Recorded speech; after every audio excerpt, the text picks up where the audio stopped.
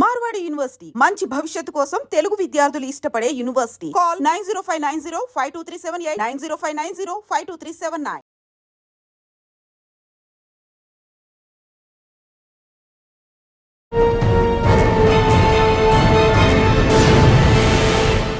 Welcome to crime diaries. ఈ వారం మన guest retired PCC of forest Uttar Pradesh.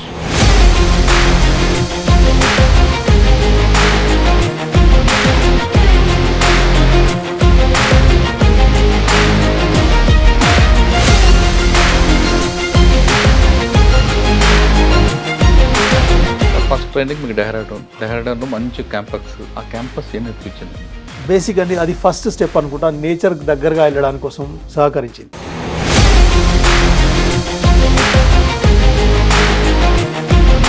నాకంటే బర్డ్ వాచింగ్ ఉంటుంది అన్నట్టుగా ఐడియా లేకుండా, but he started, then I have taken over. ఇప్పుడు అంటే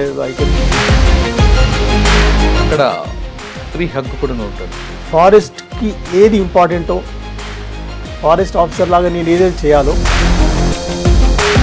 ఎవరైనా మాఫియాలు అడ్డం వస్తే వాడిని ఆపగలిగిన, ఇలిసిట్ ఫిల్లింగ్ అవుతుంటే దాని మీద ఎఫెక్టివ్గా కంట్రోల్ చేయగలిగిన. సాధారణంగా యూపీ అనగానే మాఫియా ఉంటుంది కదండి, ఇప్పుడు అటాక్ అవ్వలేదు మీ మీదకి? ఇలాంటి అటాక్స్ నా మీద ఎన్నడూ జరగలేదు. ఎఫెక్టివ్గా 144 సామిల్స్ని కంప్లీట్ ఒక అభియాన్ లాగా చేసి దాన్ని మొత్తం మనం బంద్ చేసినాం. పొలిటికల్ లీడర్స్ వచ్చినారు, ప్రెషరైజ్ చేసినారు, కానీ సార్ ఒక లెపర్డ్ మనకు ఎదురుపడింది అనుకుంటా, మనం ఎలా దాని నుంచి బయటపడాలి? లెపర్డ్ అని ఎనీ వైల్డ్ అనిమల్ అది కావాల్సి మనం అటాక్ చేసుకోవడానికి ప్రయత్నం చేయదు. మనకు మన మదర్ ఎట్లా చెప్తుందో, అది అగ్గిరా ముట్టకు, ఇదిరా ముట్టకనట్టుగా లెపర్డ్ తల్లి కూడా లెపర్డ్ చెప్తుంది. యాజ్ ఫార్ యాజ్ పాసిబుల్ అవి తప్పించుకొని పారిపోవడానికి ప్రయత్నిస్తాయి. పక్షులు ప్రజలకి నేర్పుతాయి, పక్షులు నేచర్కి ఏం ఇస్తాయి? సో బేసికలీ పక్షులు ఎట్లాంటివి అంటే దే ఆర్ కాల్డ్ ఇండికేటర్స్. ఏ మాత్రం కొంచెం చేంజ్ వచ్చినా కూడా అక్కడ ఆ పక్షి రావడం బంద్ చేస్తుంది. దాన్ని బట్టి మనకు తెలిసేది ఏంటంటే we have done something wrong. ఇది వాటి స్టైల్ ఏదైతుందో అదే స్టైల్ మనం ఇవాళ చెప్పుకునేది ఏదైతుందో, ఏదో eat like A princess in the morning అని చెప్పి, బెడ్ టైం లైక్ ఏ పాపర్ అని చెప్పి అంటారు అన్నమాట. ఒక్కొక్క పక్షి ఒక్కొక్క రకమైన దాన్ని తింటుంది. అన్నీ ఒకటే దాని మీద డిపెండ్ కావు. ఈవెన్ మనం కొంచెం టైమింగ్స్ చూసామనుకోండి, బాగా అబ్జర్వ్ చేస్తే చిన్న బర్డ్స్ ఒక టైంలో వస్తాయి. టైగర్ ఎప్పుడైనా హంటింగ్ వెళ్ళినప్పుడు రైట్ వెళ్ళిన ప్రతిసారి సక్సెస్ అవుతాడు కదా? కాదండి, కాదు. Very difficult. ప్రతిసారి జింకనే పట్టాలని చూడదు, కుందేళ్ళు పట్టుకోవచ్చు. అడవిలో పులి మనం చూడకపోయినా అది మనం చూస్తుంది అంటారు. భగవంతుడు దానికి ఇచ్చిన ఆ శక్తి అదే అన్నమాట. ఇక్కడ దాని ఆ ఎల్లో బ్లాక్ చార్కులు ఏమిటాయో రెగ్యులర్గా చూసిన ఫారెస్ట్ ఆఫీసర్లు, ఎంప్లాయీస్ కానీ పీట్ ఆఫీసర్ ఎవరైనా పులి సాధారణంగా అటాక్ చేయదట. జనరల్లీ అటాక్ చేసిన ఇన్సిడెంట్స్ చాలా తక్కువ. కొన్ని పిల్లలు పెట్టింది అనుకో, అంటే ఆడపులి మగపులికి దూరంగా పంపిస్తుంది అడిగింది. కొన్ని చోట్లలో కొద్దిసేపటి కోసం మాత్రం it take care. Otherwise female knows it very well.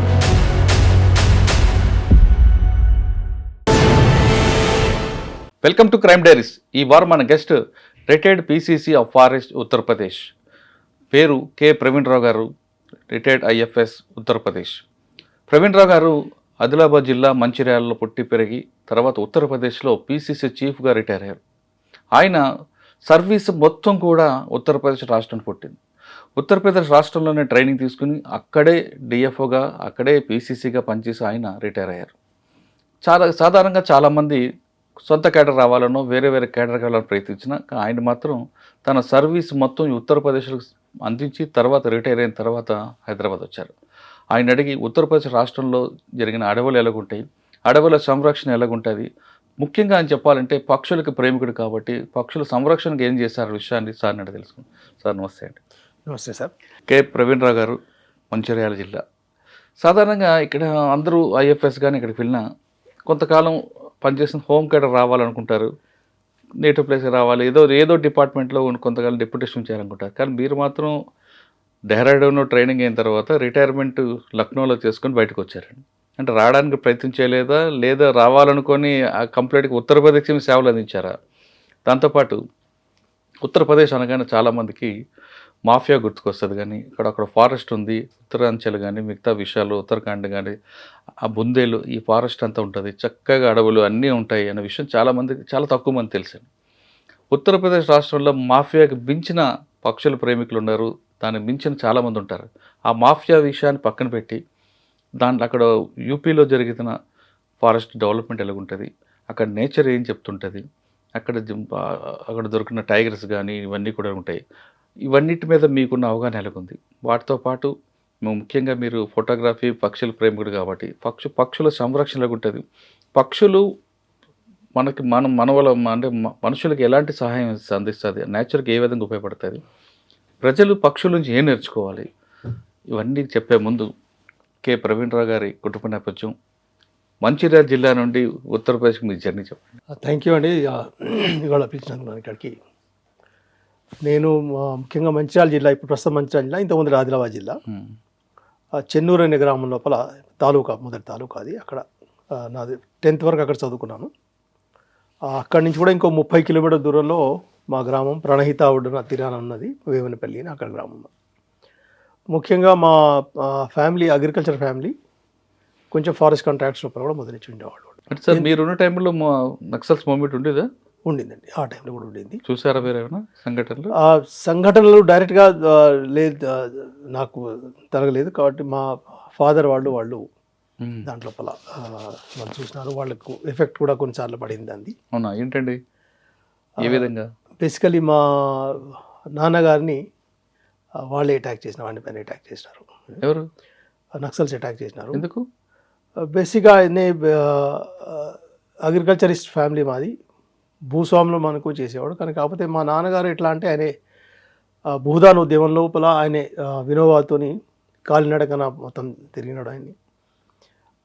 నాకు తెలిసినప్పుడు నా జీవితకాలంలో ఒక మంచి వ్యక్తి అంటే నేను మా ఫాదర్ని చెప్పగలుగుతాను. ఒకసారి ఆయన పైన అటాక్ అయిన తర్వాత ఆల్మోస్ట్ ప్రతి న్యూస్ పేపర్ ఘోషించింది ఒక రకంగా, అంటే ఇట్లాంటి వ్యక్తి పైన అటాక్ మీరు ఉన్నారండి? అటాక్ అప్పుడు ఇక్కడ లేని, అప్పుడు యూపీలో ఉన్నాను నేను. అక్కడ సంఘటన జరిగిన తర్వాత నేను ఇక్కడికి వచ్చాను. అక్కడికి అదొకటే నా ఒక రకమైన మా దురదృష్టం అది. ఇక్కడ ఆయన ఇంటికి వచ్చి అటాక్ చేశారు ఆయన. మా దుర్భాగ్యం అనుకోవచ్చు దాన్ని. ఇక్కడ ఆయన జీవితం మొత్తం లోపల ఆనెస్టీకి ప్రతీకలాగా ఉండేవాళ్ళు ఆయన.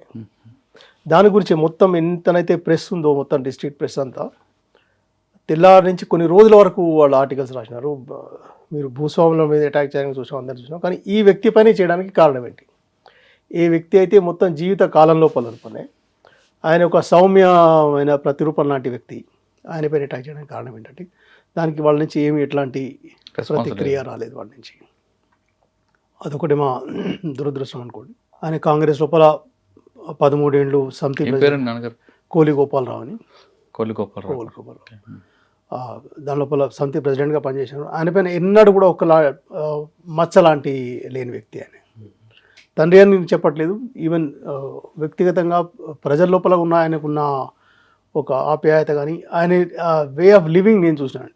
ఎందుకంటే యాజ్ ఎ సమితి ప్రెసిడెంట్ వాళ్ళకు ఒక జీప్ ఉంటుంది, ఇంటి నుంచి ఆఫీసర్ కూడా పోవడానికి జీప్ ఉంటుంది.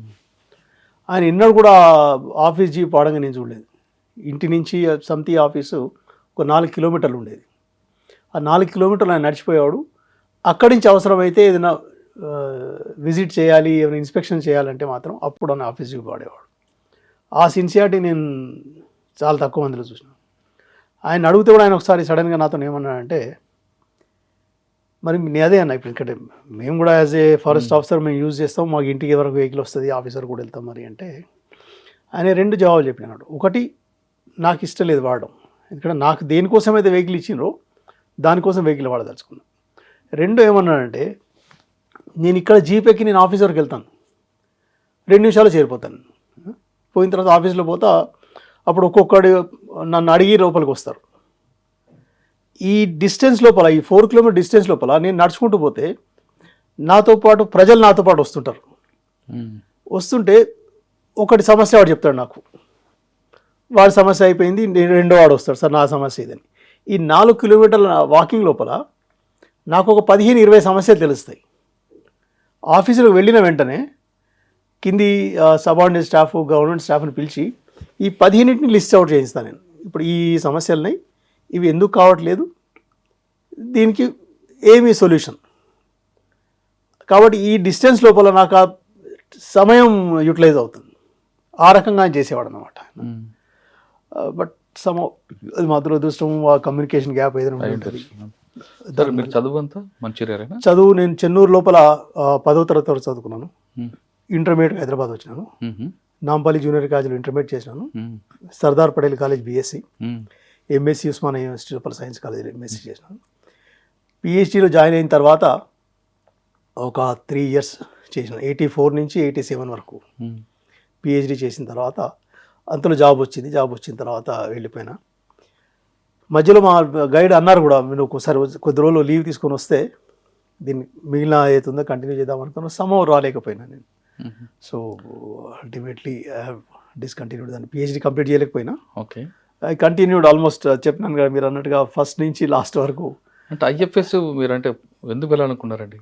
అంటే ఎవరైనా చూసి వెళ్ళారా? లేదు, డెఫినెట్ సార్, డెఫినెట్. ఎందుకంటే బై ఛాన్సా బై చాయిస్ అండి?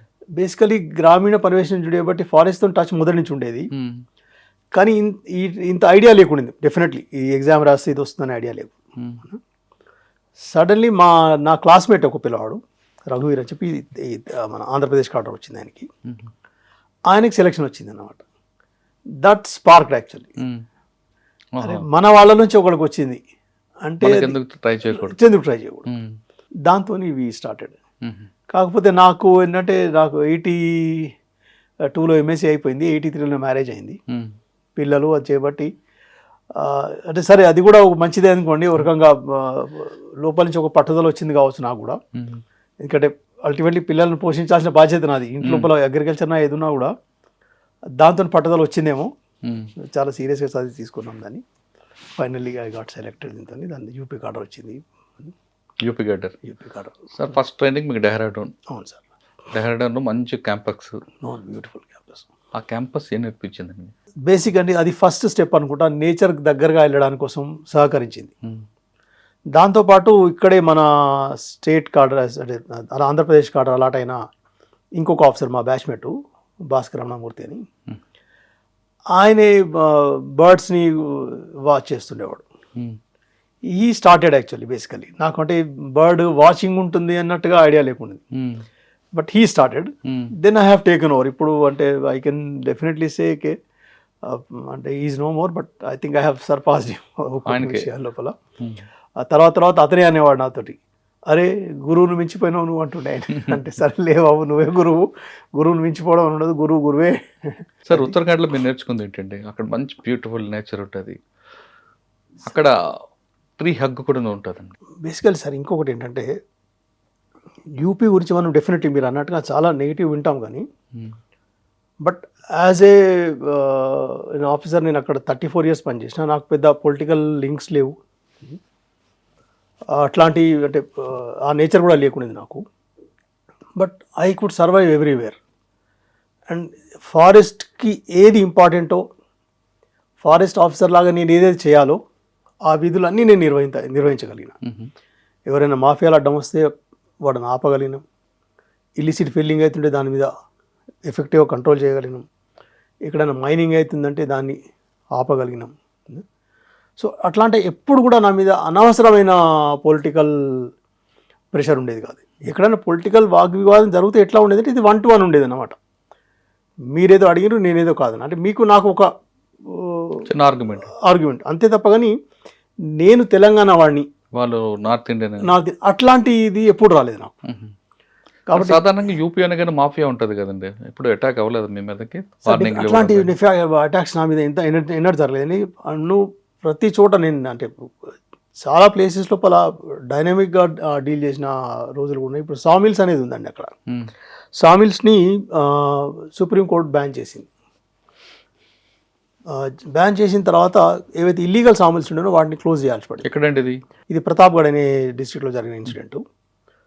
ఎఫెక్టివ్గా 144 సామిల్స్ని ఒక దాని ఏమంటారు ఒక కంప్లీట్ ఒక అభియాన్ లాగా చేసి దాన్ని మొత్తం బంద్ చేసినాం. పొలిటికల్ లీడర్స్ వచ్చినారు, ప్రెషరైజ్ చేసినారు, కానీ అది అలాంటి ప్రెషర్ కాదు. ఏంటంటే ఏదో కొడతాము తంతామనే టైప్ కాదు అనమాట. రిక్వెస్ట్ లాగానే వచ్చేవాళ్ళు తప్ప అంటే నెగిటివ్ లాగా నాకు ఎన్నడూ కాలేదు. కాకపోతే మరి అంత పెద్ద ఎత్తున చేసినాం, చాలా అంత పెద్ద సపోర్ట్ ఉన్న వాళ్ళు, అంటే పబ్లిక్ సపోర్ట్ ఉన్న area, even then I could manage. వాళ్ళందరూ కూడా వెపన్స్ ఉంటాయి కదండి సార్. వెపన్స్ ఉన్నా కూడా ఆఫీసర్స్ మీద వాడడంగా నేను చాలా రేర్గా చూసినాను. బేసికలీ వాళ్ళ పొలిటికల్ రైవల్రీస్ చూసినాను అక్కడ. చాలా పెద్ద పెద్ద ఇన్సిడెంట్స్ చూసినాము, చేసినారని చెప్పి విన్నాము, అవన్నీ విన్నాం. కానీ అంటే మీకు బాగా గుర్తుండిపోయిన సంఘటన చెప్పండి ఒకటి, పొలిటికల్ రివెంజ్ చేసుకుంది. అంటే బేసిక్గా అంటే ఇండివిజువల్గా చెప్పడం కష్టం సార్. ఇప్పుడు ఈ గ్రామ ప్రధానులు అట్లా ఉంటారు కదా, సర్పంచ్లలో. ఈవెన్ అక్కడ న్యూస్ పేపర్స్ మాధ్యంగా తెలిసిందంటే అతను వచ్చి మార్కెట్లో వెళ్తున్నప్పుడు వాళ్ళని చేసి కూడా చంపేయండి అని చెప్పి అట్లాంటి ఇన్సిడెంట్. కానీ మీరు ఎక్కడ చూడలేదు? డైరెక్ట్గా చూసిన సంఘటన. డైరెక్ట్ చూసిన. ఓకే, ఉత్తరాఖండ్ ట్రైనింగ్ అయిన తర్వాత, పారాడోర్ ట్రైనింగ్ తర్వాత ఫస్ట్ పోస్టింగ్ ఎక్కడ? ఫస్ట్ పోస్టింగ్ అది కైమూర్ వైల్డ్ లైఫ్ శాంక్చురీ అని. ఫస్ట్ నాన్నగారు ఉన్నారా? అప్పుడు ఉన్నారు. ఏమన్నారండి ఆయన? అంటే బేసిక్గా ఫస్ట్ ఐఎఫ్ఎస్ వచ్చిందని వెంటనే కొద్ది రోజులు ఆయన కన్ఫ్యూజన్ ఉండే, అంటే ఇంత పెద్ద ఉద్యోగం వచ్చిందా అని. తర్వాత ఆయనకు తెలిసింది వచ్చింది రేపు పిల్లవాడు చదువుకుని ఉంటాడు. ఎందుకంటే బేసికలీ వాళ్ళ పరివేషంలో ఉండే. ఇంకోటి చిన్నప్పుడు ఏంటంటే మేము మరీ పెద్ద ఇంటెలిజెంట్ స్టూడెంట్స్ కాదు, మరి అంటే యావరేజ్ స్టూడెంట్స్. మీ 10th క్లాస్ వరకు నేను యావరేజ్ స్టూడెంట్. యావరేజ్ కాదండి, అబవ్ యావరేజ్ ఉంటుంది. ఇంటర్మీడియట్ లోపల ఉంది. తర్వాత బీఎస్సీ నుంచి పికప్ అయింది సమ్హౌ. అంటే సడన్గా అది ఇట్స్ ఎ చేంజ్. అది మా అదృష్టమా నా పిల్లల అదృష్టమా నాకు తెలియదు, కానీ గ్రాడ్యుయేషన్ నుంచి మాత్రం కొంచెం సీరియస్నెస్ అలవాటైంది. పర్సంటేజెస్ రావాలి, చదవాలి అని వచ్చింది. ఎంఎస్సిలో జాయిన్ అయిన తర్వాత మళ్ళీ ఒకసారి పొలిటికల్ సీనియర్లో ఎంటర్ కావడం జరిగింది. స్టూడెంట్స్ యూనియన్ లోపల ఉన్న కొద్ది రోజులు. స్టూడెంట్స్ యూనియన్ లోపల నా టైం లోపల ఫస్ట్ ఇయర్ లోపల మెస్ సెక్రటరీగా పనిచేసిన, సెకండ్ ఇయర్ లోపల యూనియన్ వైస్ ప్రెసిడెంట్గా పనిచేసిన నేను. అంటే మీరు ఐఎఫ్ఎస్ తీసుకొని ఇంటికి వెళ్ళిన తర్వాత, అంటే మీ ఊర్లో మీ ఫ్యామిలీ కానీ మీ ఊర్లో కానీ అంత పెద్ద పోస్ట్ అనేది తక్కువ మందికి ఉంటారు, అందులో మీరు ఒకరై ఉంటారు. ఆ ఫీలింగ్స్ మీ నాన్నగారు ఎలాగ ఎక్స్ప్రెస్ చేస్తారు? అంటే బేసిక్గా సార్ ఇప్పుడు చాలామందికి it's A I will share with you, range officer is the greatest post. అంతే, ఊర్లో తెలిసి రేంజ్ ఆఫీసర్ అంతే, forest officer, beat officer, range officer. అది చేయబట్టి వాళ్ళు ఎవరు అడిగినా కూడా నన్ను ఫస్ట్ వచ్చి నువ్వు రేంజర్ అయినవాట కదా అనేవాడు. అంటే సరే ఆయన అనేవాడిని. ఇక నేను వాళ్ళని డిస్కరేజ్ చేసేవాళ్ళు కూడా. కొద్దిసేపు అయినాక ఇలాగే చెప్పేవాళ్ళు, రేంజర్ కంటే ఇంకొంచెం పెద్దది అని చెప్పారు. అచ్చా గంత పెద్దదా అంటే కలెక్టరా, మళ్ళీ నెక్స్ట్ చేసేవాడు కలెక్టరా అని అడిగేవాళ్ళు. కలెక్టర్ తోటి సరసరమా అనే ఫస్ట్ అంటే పెద్ద ఉద్యోగం వచ్చింది. ఎంత చదివినావు ఎట్లా చదివినావు అంటే ఎంత చదివినావు దానికి లెక్క ఉండదండి. ఎందుకంటే బేసిక్గా అంటే హాస్టల్ లోపల ఉండేవాడిని ఆ టైం లోపల, ఎగ్జాక్ట్లీ ఎగ్జామ్స్ ముందు. దాంతో కూడా కొంచెం మోటివేషన్ వచ్చేదేమో, ఎందుకంటే అన్ని రూమ్లో లైట్లు వెలిగి ఉంటాయి, ప్రతి ఒక్కరు చదువుతుంటాడు. దాన్ని చూసి కూడా మోటివేషన్ వస్తుంది, అమ్మో వాడు చదువుతున్నాడు అని. మనకు అంటే కొంచెం కాంపిటీషన్ ఉండాలన్నమాట. కాంపిటీషన్ ఉంటే మనం ఈజీగా చదవగలుగుతాం. That has really helped. Father was very happy. ఒక స్టేజ్ తర్వాత that is my bad luck అండి యాక్చువల్గా. బేసిక్గా ఆసారి నేను అంటే బలియాల పోస్టింగ్లో ఉన్నామండి నేను. ఇంటికి వచ్చిన తర్వాత అక్కడ కొంచెం పొలిటికల్ అయిన తర్వాత నా ట్రాన్స్ఫర్ అయింది అక్కడ అల్మోడా వెళ్ళినా నేను. అంటే ఫస్ట్ పోస్టింగ్ ఎక్కడండి? First posting Kaimur Mirzapur. అది wildlife area, overlapping area మొత్తం. అక్కడ ఏం నేర్చుకున్నారండి? అంటే మీరు వెళ్ళిన తర్వాత అక్కడ మీకు మెయిన్ ఛాలెంజ్ వచ్చింది, మీరు నేర్చుకుంది ఏంటి? బేసికల్లీ ఏంటంటే అండి, ఇట్స్ ఏ ఓవర్లాపింగ్ డివిజన్. అది చేయబట్టి మా ఏరియా ఆల్మోస్ట్ మొత్తం యూపీ సదరన్ బెల్ట్ ఉండేది. But I had a very good boss, RS Bhadure ఆ పని. ఆయన కణకణం లోపల వైల్డ్ లైఫ్ ఉంది. That has start a lot. ఇప్పటికీ మా దగ్గర చాలామంది ఏమంటారంటే ఫారెస్ట్ ఆఫీసరే కన్జర్వేటివ్ ఉంటాడు, ఆ ఫారెస్ట్ ఆఫీసర్స్ లోపల వైల్డ్ లైఫ్లో ఉన్నవాళ్ళు ఇంకా కన్జర్వేటివ్ ఉంటారు. డెఫినెట్ అండి అది నేను ఒక రకంగా ఆయన దగ్గర నేర్చుకున్నాను. ఆయన జనరల్గా ఎట్లా ఉంటుండేవాడు అంటే మక్ఖీ బినా ఘుస్నే పాయే అంటారు చూడండి. అంటే ఎవరు రాదు, it should be sanctum protect చేయాలి, అది that has given the foundation starting. అంటే నరాలలో ఉండిపోయింది దానికి. ఆయన అంటే నాకు అనిపిస్తుంది I give all the credit because ఆయన ఏ రకంగా అయితే ఫీల్ అయ్యాడు, డెడికేటెడ్ అంతే, డెడికేటెడ్ ఆయన completely mood in wild life areas. అంటే మీరు వెళ్ళిన ప్లేస్లో ఫస్ట్ ఛాలెంజ్ ఏమంటున్నారు? డెఫినెట్లీ అక్కడ ఏంటంటే పోచింగ్ అనేది ఏతుందో it was not serious in those areas.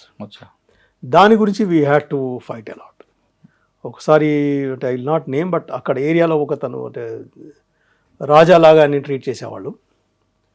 వాళ్ళ ఇంట్లో కూడా ఆల్మోస్ట్ వెళ్ళి దాని నుంచి వాళ్ళు షూట్ చేసిన జింకను బయటకు తీసుకొచ్చి వాళ్ళని కేసు చేయడం జరిగింది. కాకపోతే అక్కడ అప్పుడు పోలీస్ ప్రొటెక్షన్ చాలా దొరికింది మాకు, బికాజ్ అప్పుడు ఆ రూలింగ్ గవర్నమెంట్ ఏదైతే ఉండిందో ఆ రూలింగ్ గవర్నమెంట్ లోపల కూడా ఆయన ఒక పదాధికారిగా ఉండేవాడు. ఆ టైం లోపల ఫారెస్ట్ మినిస్టర్ కూడా ఒకసారి నాతో మాట్లాడాడు, ఏం సంగతి ఎట్లా ఏం జరిగిందని. ఆయనతో కూడా రిక్వెస్ట్ పూర్వకంగా చెప్పాల్సి పడింది. సార్ మీరు ఫస్ట్ పోస్టింగ్లో బీట్ ఆఫీసర్ దగ్గర నుండి మీరు ట్రైనింగ్ ఉంటుంది, రైట్ సార్. మీరు బీట్ ఆఫీసర్గా చేస్తున్నప్పుడు నైట్ డ్యూటీలు ఉంటాయి. ఆ నైట్ డ్యూటీలో భయం ఏం లేదా ఎప్పుడైనా? ఎక్కడో చదువుకోవాల్సి ఎందుకు వచ్చామరా అనిపించలేదా? ఇప్పుడు నాకు అదొకటే అనిపిస్తుంది, భయం అనేది ఎందుకో లేదు. అది మరి అది పోస్ట్ చేయబట్టి ఆ ధైర్యం ఉండిందా లేదు మీ జీన్స్లో ఉందా? అది ఏది చెప్పడం కష్టం సార్, ఎందుకంటే ఎప్పుడు భయం. రాత్రిపూట పోయి సర్చ్ ఆపరేషన్స్ చేసేవాళ్ళము, అప్పుడు ఎన్నడూ భయం కాలేదు. అంటే తర్వాత ఎక్స్పీరియన్స్ వచ్చింది, ఫస్ట్లో బీట్ ఆఫీసర్ దగ్గర కొంచెం మీకు భయం కాలేదు ఎందుకో మరి. అంటే నేచర్ ఎంజాయ్ చేశారు బాగా. ఇప్పుడు చెప్తే అతిశయోక్తి అనిపిస్తుంది కానీ అప్పుడు ఇంకా ఎక్కువ జోష్ ఉండేది, తెగింపు ఉండేది అనుకుంటా. అంటే ఎప్పుడైనా స్టాఫ్ చెప్పేవాళ్ళు ఏమైనా అవుతుంది అని చెప్తే కూడా లేదు లేదు మీరు మీరు అనేవాడిని. నేనుండి నేనేం చేస్తానో నాకు తెలియదు కానీ అనేవాడిని చలో మైహూ చలో అంటుంటాను. దాంతో వచ్చేవాళ్ళు. అండ్ ఇప్పటికీ అండి దాని అక్కడ lower staff I think they really love me more. ఎక్కడ ఉన్నా కూడా నేను వాళ్ళ ప్రమోషన్స్ కానీ వాళ్ళ పోస్టింగ్స్ కానీ వాళ్ళ అపాయింట్మెంట్స్ కానీ నాకు తెలిసినంత మటుకు నేను అంటే విత్ ఫుల్ సిన్సియారిటీ చేసేవాడిని. ఒక దగ్గర అయితే ఒక యూనియన్ మెంబర్ వాళ్ళ అతను అడిగినాడు కూడా నన్ను, సార్ మరి మీరు ఇట్లా చేస్తారు వేరే వాళ్ళు ఎందుకు చేయరు ఇట్లా అంటే. నా వేరే వాళ్ళ గురించి చెప్పడం నా వల్ల కాదు, ఎందుకంటే ప్రతి ఒక్కరు వాళ్ళ స్టైల్లో చేస్తారు. నా స్టైల్ ఇది, నేను ఇట్లా చేస్తున్నాను అంతే. అది మంచిదా కాదా మీరు డిసైడ్ చేసుకోండి అంతే. అంటే ఫస్ట్ పోస్ట్లో ఎంతకాలం పనిచేస్తారండి? ఫస్ట్ పోస్ట్లో 3.5 years పనిచేశాను సార్. అక్కడ మీ అచీవ్మెంట్ ఉందండి? బేసిక్ ఏంటంటే అది జనరల్లీ వైల్డ్ లైఫ్ డివిజన్స్ ఒక రకంగా సెకండరీ ట్రీట్మెంట్ ఉండేది అక్కడ. వాడి స్టాఫ్ గురించి బాగా ప్రయత్నం చేసేవాడిని. గవర్నమెంట్ వరకు వాళ్ళ సమస్యలు తీసుకెళ్ళి వాళ్ళకి కావాల్సిన ఫండ్స్ అరేంజ్ చేయడం కానీ అది చేయడం. ప్లస్ ఇంకొకటి ఏంటంటే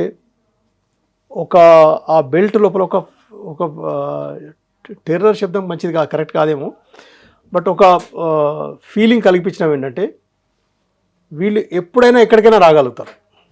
అంటే ఎట్లా అంటే వీళ్ళు మనం కృష్ణుడు అవతారం కూడా చెప్తాం కదా సర్వాంతర్యామి అన్నట్టు. అంటే వాళ్ళకి ఆ రకంగా ఫీలింగ్ ఒకటి కలగదీసాడు. It was a very big stretch, 450 kilometers stretch ఉండేది. అయినా కూడా ఇట్లాంటి ఫీలింగ్ తెచ్చినామంటే వీళ్ళు ఎప్పుడు ఎక్కడ ఉంటారో తెలియదు. ఈవెన్ డ్రైవర్తో కూడా ఏం చెప్పేవాళ్ళం అంటే ఎటు వెళ్తున్నామో ఏం చెప్పేది కాదు.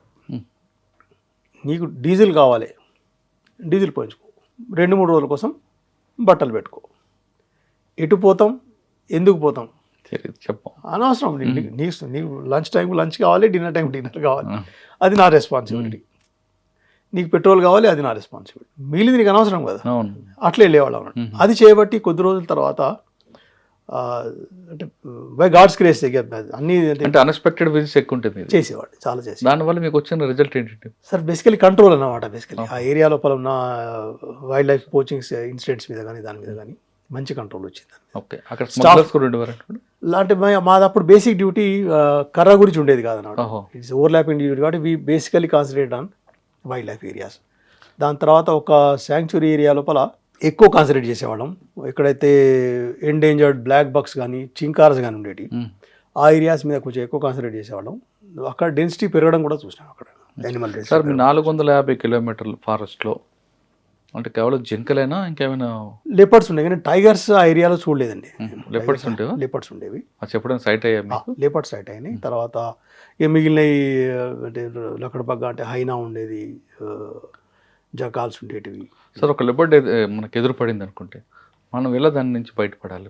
భయంతో కూర్చుని పోవాలా, లేదా దాని మీద అటాక్ చేయాలా, లేదా వెనక్కి పారిపోవాలా? సార్ ముఖ్యంగా నాకు తెలిసినంత మటుకు ఇంకొక వేరే ఇన్సిడెంట్ చెప్తాను మీకు తర్వాత.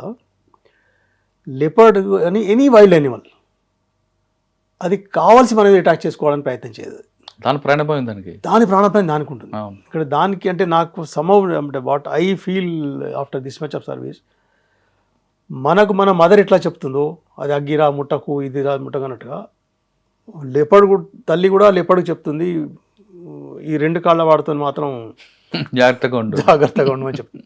అది చేయబట్టి యాజ్ ఫార్ యాజ్ పాసిబుల్ అవి తప్పించుకొని పారిపోవడానికి ప్రయత్నిస్తాయి. మీరు ఇప్పటి కూడా చూడండి, ఎప్పుడైనా కొన్ని వీడియోస్ చూస్తారు మీరు, సిటీలోకి వస్తుంది, సిటీలోకి వచ్చిన తర్వాత అది పారిపోవడానికే ప్రయత్నం చేస్తుంది తప్ప అటాక్ చేయడం ప్రయత్నం చేయదు. మనమే మొత్తం 4 చుట్ల దానికి అయిపోయేసరి కదా దానికి ఏం చేయాలో తెలియక ఒకరిని కొట్టి పారిపోవడానికి ప్రయత్నం చేస్తుంది తప్ప మీరు జనరల్గా చూడండి. అవునండి, అవును. ఇంకొకటి ఏంటంటే బేసికల్లీ అట్లాంటి లెపర్డ్స్ కూడా ఎప్పుడు వస్తున్నాయంటే ఈ మధ్య లోపల మన దగ్గర స్ట్రే డాగ్స్ది నెంబర్స్ పెరిగినాయి. Stray dog is a very soft target for leopard. ఎందుకంటే ఫ్యాట్ ఎక్కువ ఉంటుందన్నా దానికి ఈజీ టార్గెట్ అండి.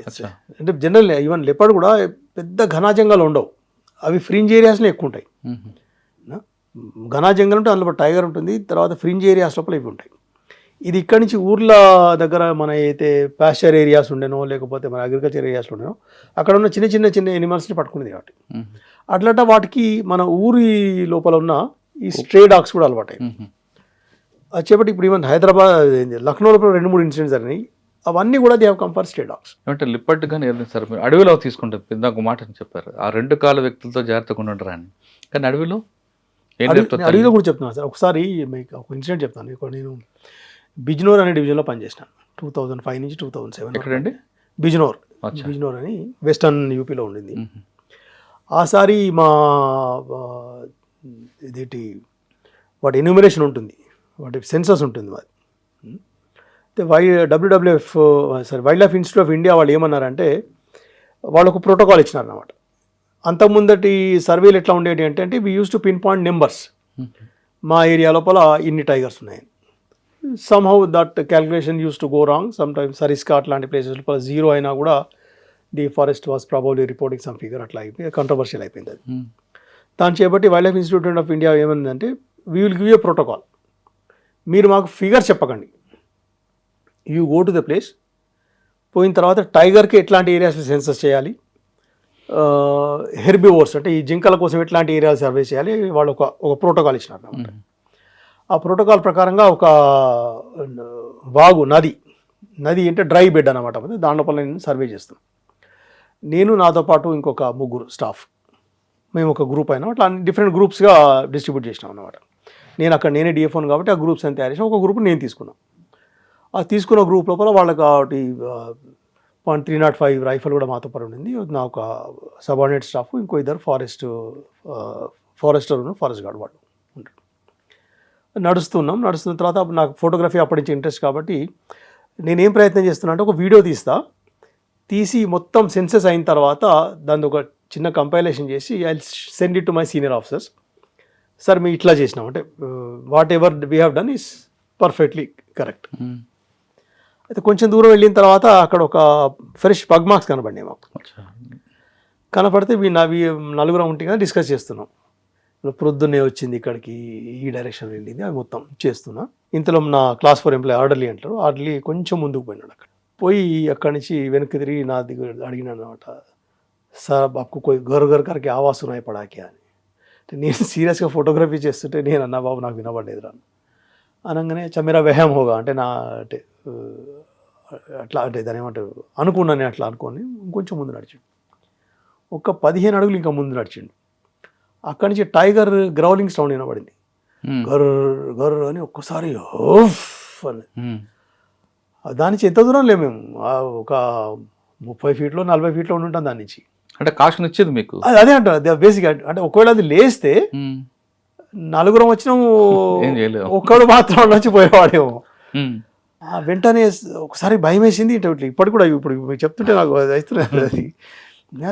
దాని తర్వాత వెంటనే వాడుతున్నాం ఏమన్నా అంటే అందరం ఒక్క దగ్గర ఉందాం. వెంటనే నాకు యాదికి వచ్చింది ఏంటంటే yes I am the leader here, I should behave like a leader here. నేను వెంటనే ఏమన్నా మనం నలుగురు వచ్చినాం, నలుగురు ఒకటి దగ్గర ఉందాం, ఏది ఏమైనా కానీ అని చెప్పి ఆ డ్రై బెడ్ నుంచి పైకి క్రాస్ చేశాను. అందులోకి సిచ్యువేషన్ ఏంటంటే నేను వాడికి చెప్పిన .305 ఉంది కదా దాన్ని కాక్ చేయరా అన్న. ఆ జనరల్గా చాలా ఫారెస్ట్ వాళ్ళు ఎక్కువ యూజ్ చేయరు దాన్ని, అది కాక్ చేయగానే అది అట్లే వెనక్కి ఆగిపోయింది. అది అనుకుని రే బాపురే ఇవాళ ఏదో ఉందిరా బాబు అని వెంటనే చలో ఒక సైడ్ అయిపోదామని చెప్పి వెంటనే క్రాల్ చేసుకుంటూ మొత్తం అంతా ఇవన్నీ స్క్రాచెస్ పడినాయి. క్రాల్ చేసి పైకి ఎక్కినాం. బట్ దాని గ్రౌలింగ్ సౌండ్ కొద్దిసేపు అయిన తర్వాత మెల్లగా ఇట్లా గ్రౌల్ చేసుకుని చిన్నగా చిన్నగా చిన్నగా తగ్గిపోయింది. దాని తర్వాత నాది ఫస్ట్ హ్యాండ్ ఎక్స్పీరియన్స్ ఏంటంటే that will never want to attack you first. దానికి తెలిసింది ఏంటంటే నా ఫుడ్ ఏంది అనేది it is very clear. Unless until we go across, దాని ముందుకు పోయి దాన్ని మనం ఏమైనా చేస్తే తప్ప అది కాదు.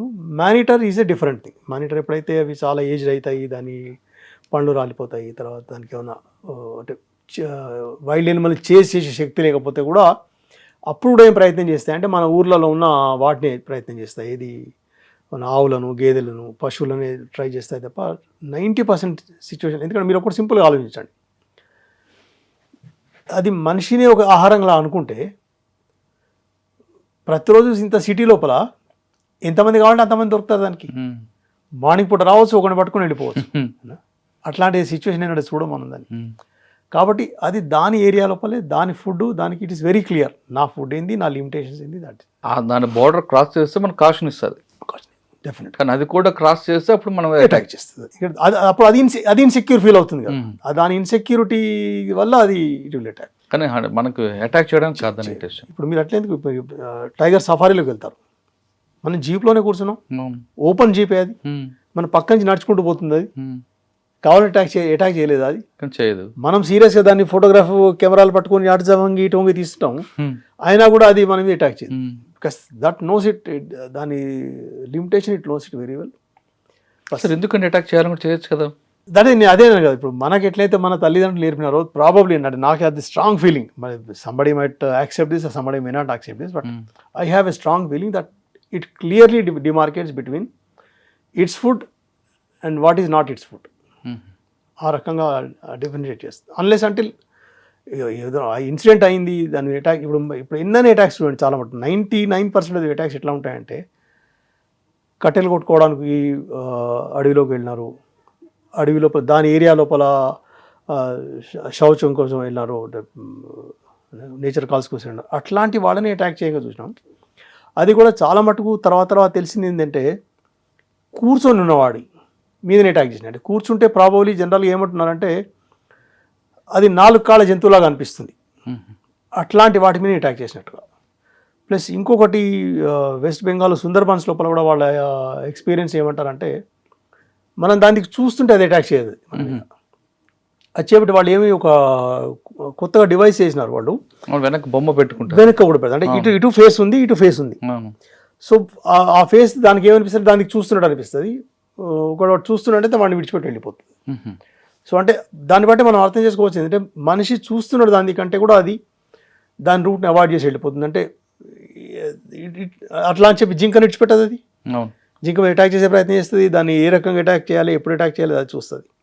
సో దీన్ని బట్టి తెలిసేది ఏంటంటే ఇట్ క్లియర్లీ డిమార్కేట్స్, దాని రెండింటిలో మళ్ళీ డిఫరెన్షియేట్ చేస్తుంది. డిఫరెన్షియేట్ చేసి ఇది నా ఫుడ్, ఇది నా ఫుడ్ కాదు, ఆ రెండింటిని క్లియర్గా డిమార్కేట్ చేస్తారు. సార్ కొన్ని పులులు పెద్ద అయిన తర్వాత కూరలు ఊడిపోతాయి, కళ్ళు కూడా కనపడవు, మరి అటువంటిప్పుడు ఆహారం ఎలా అండి?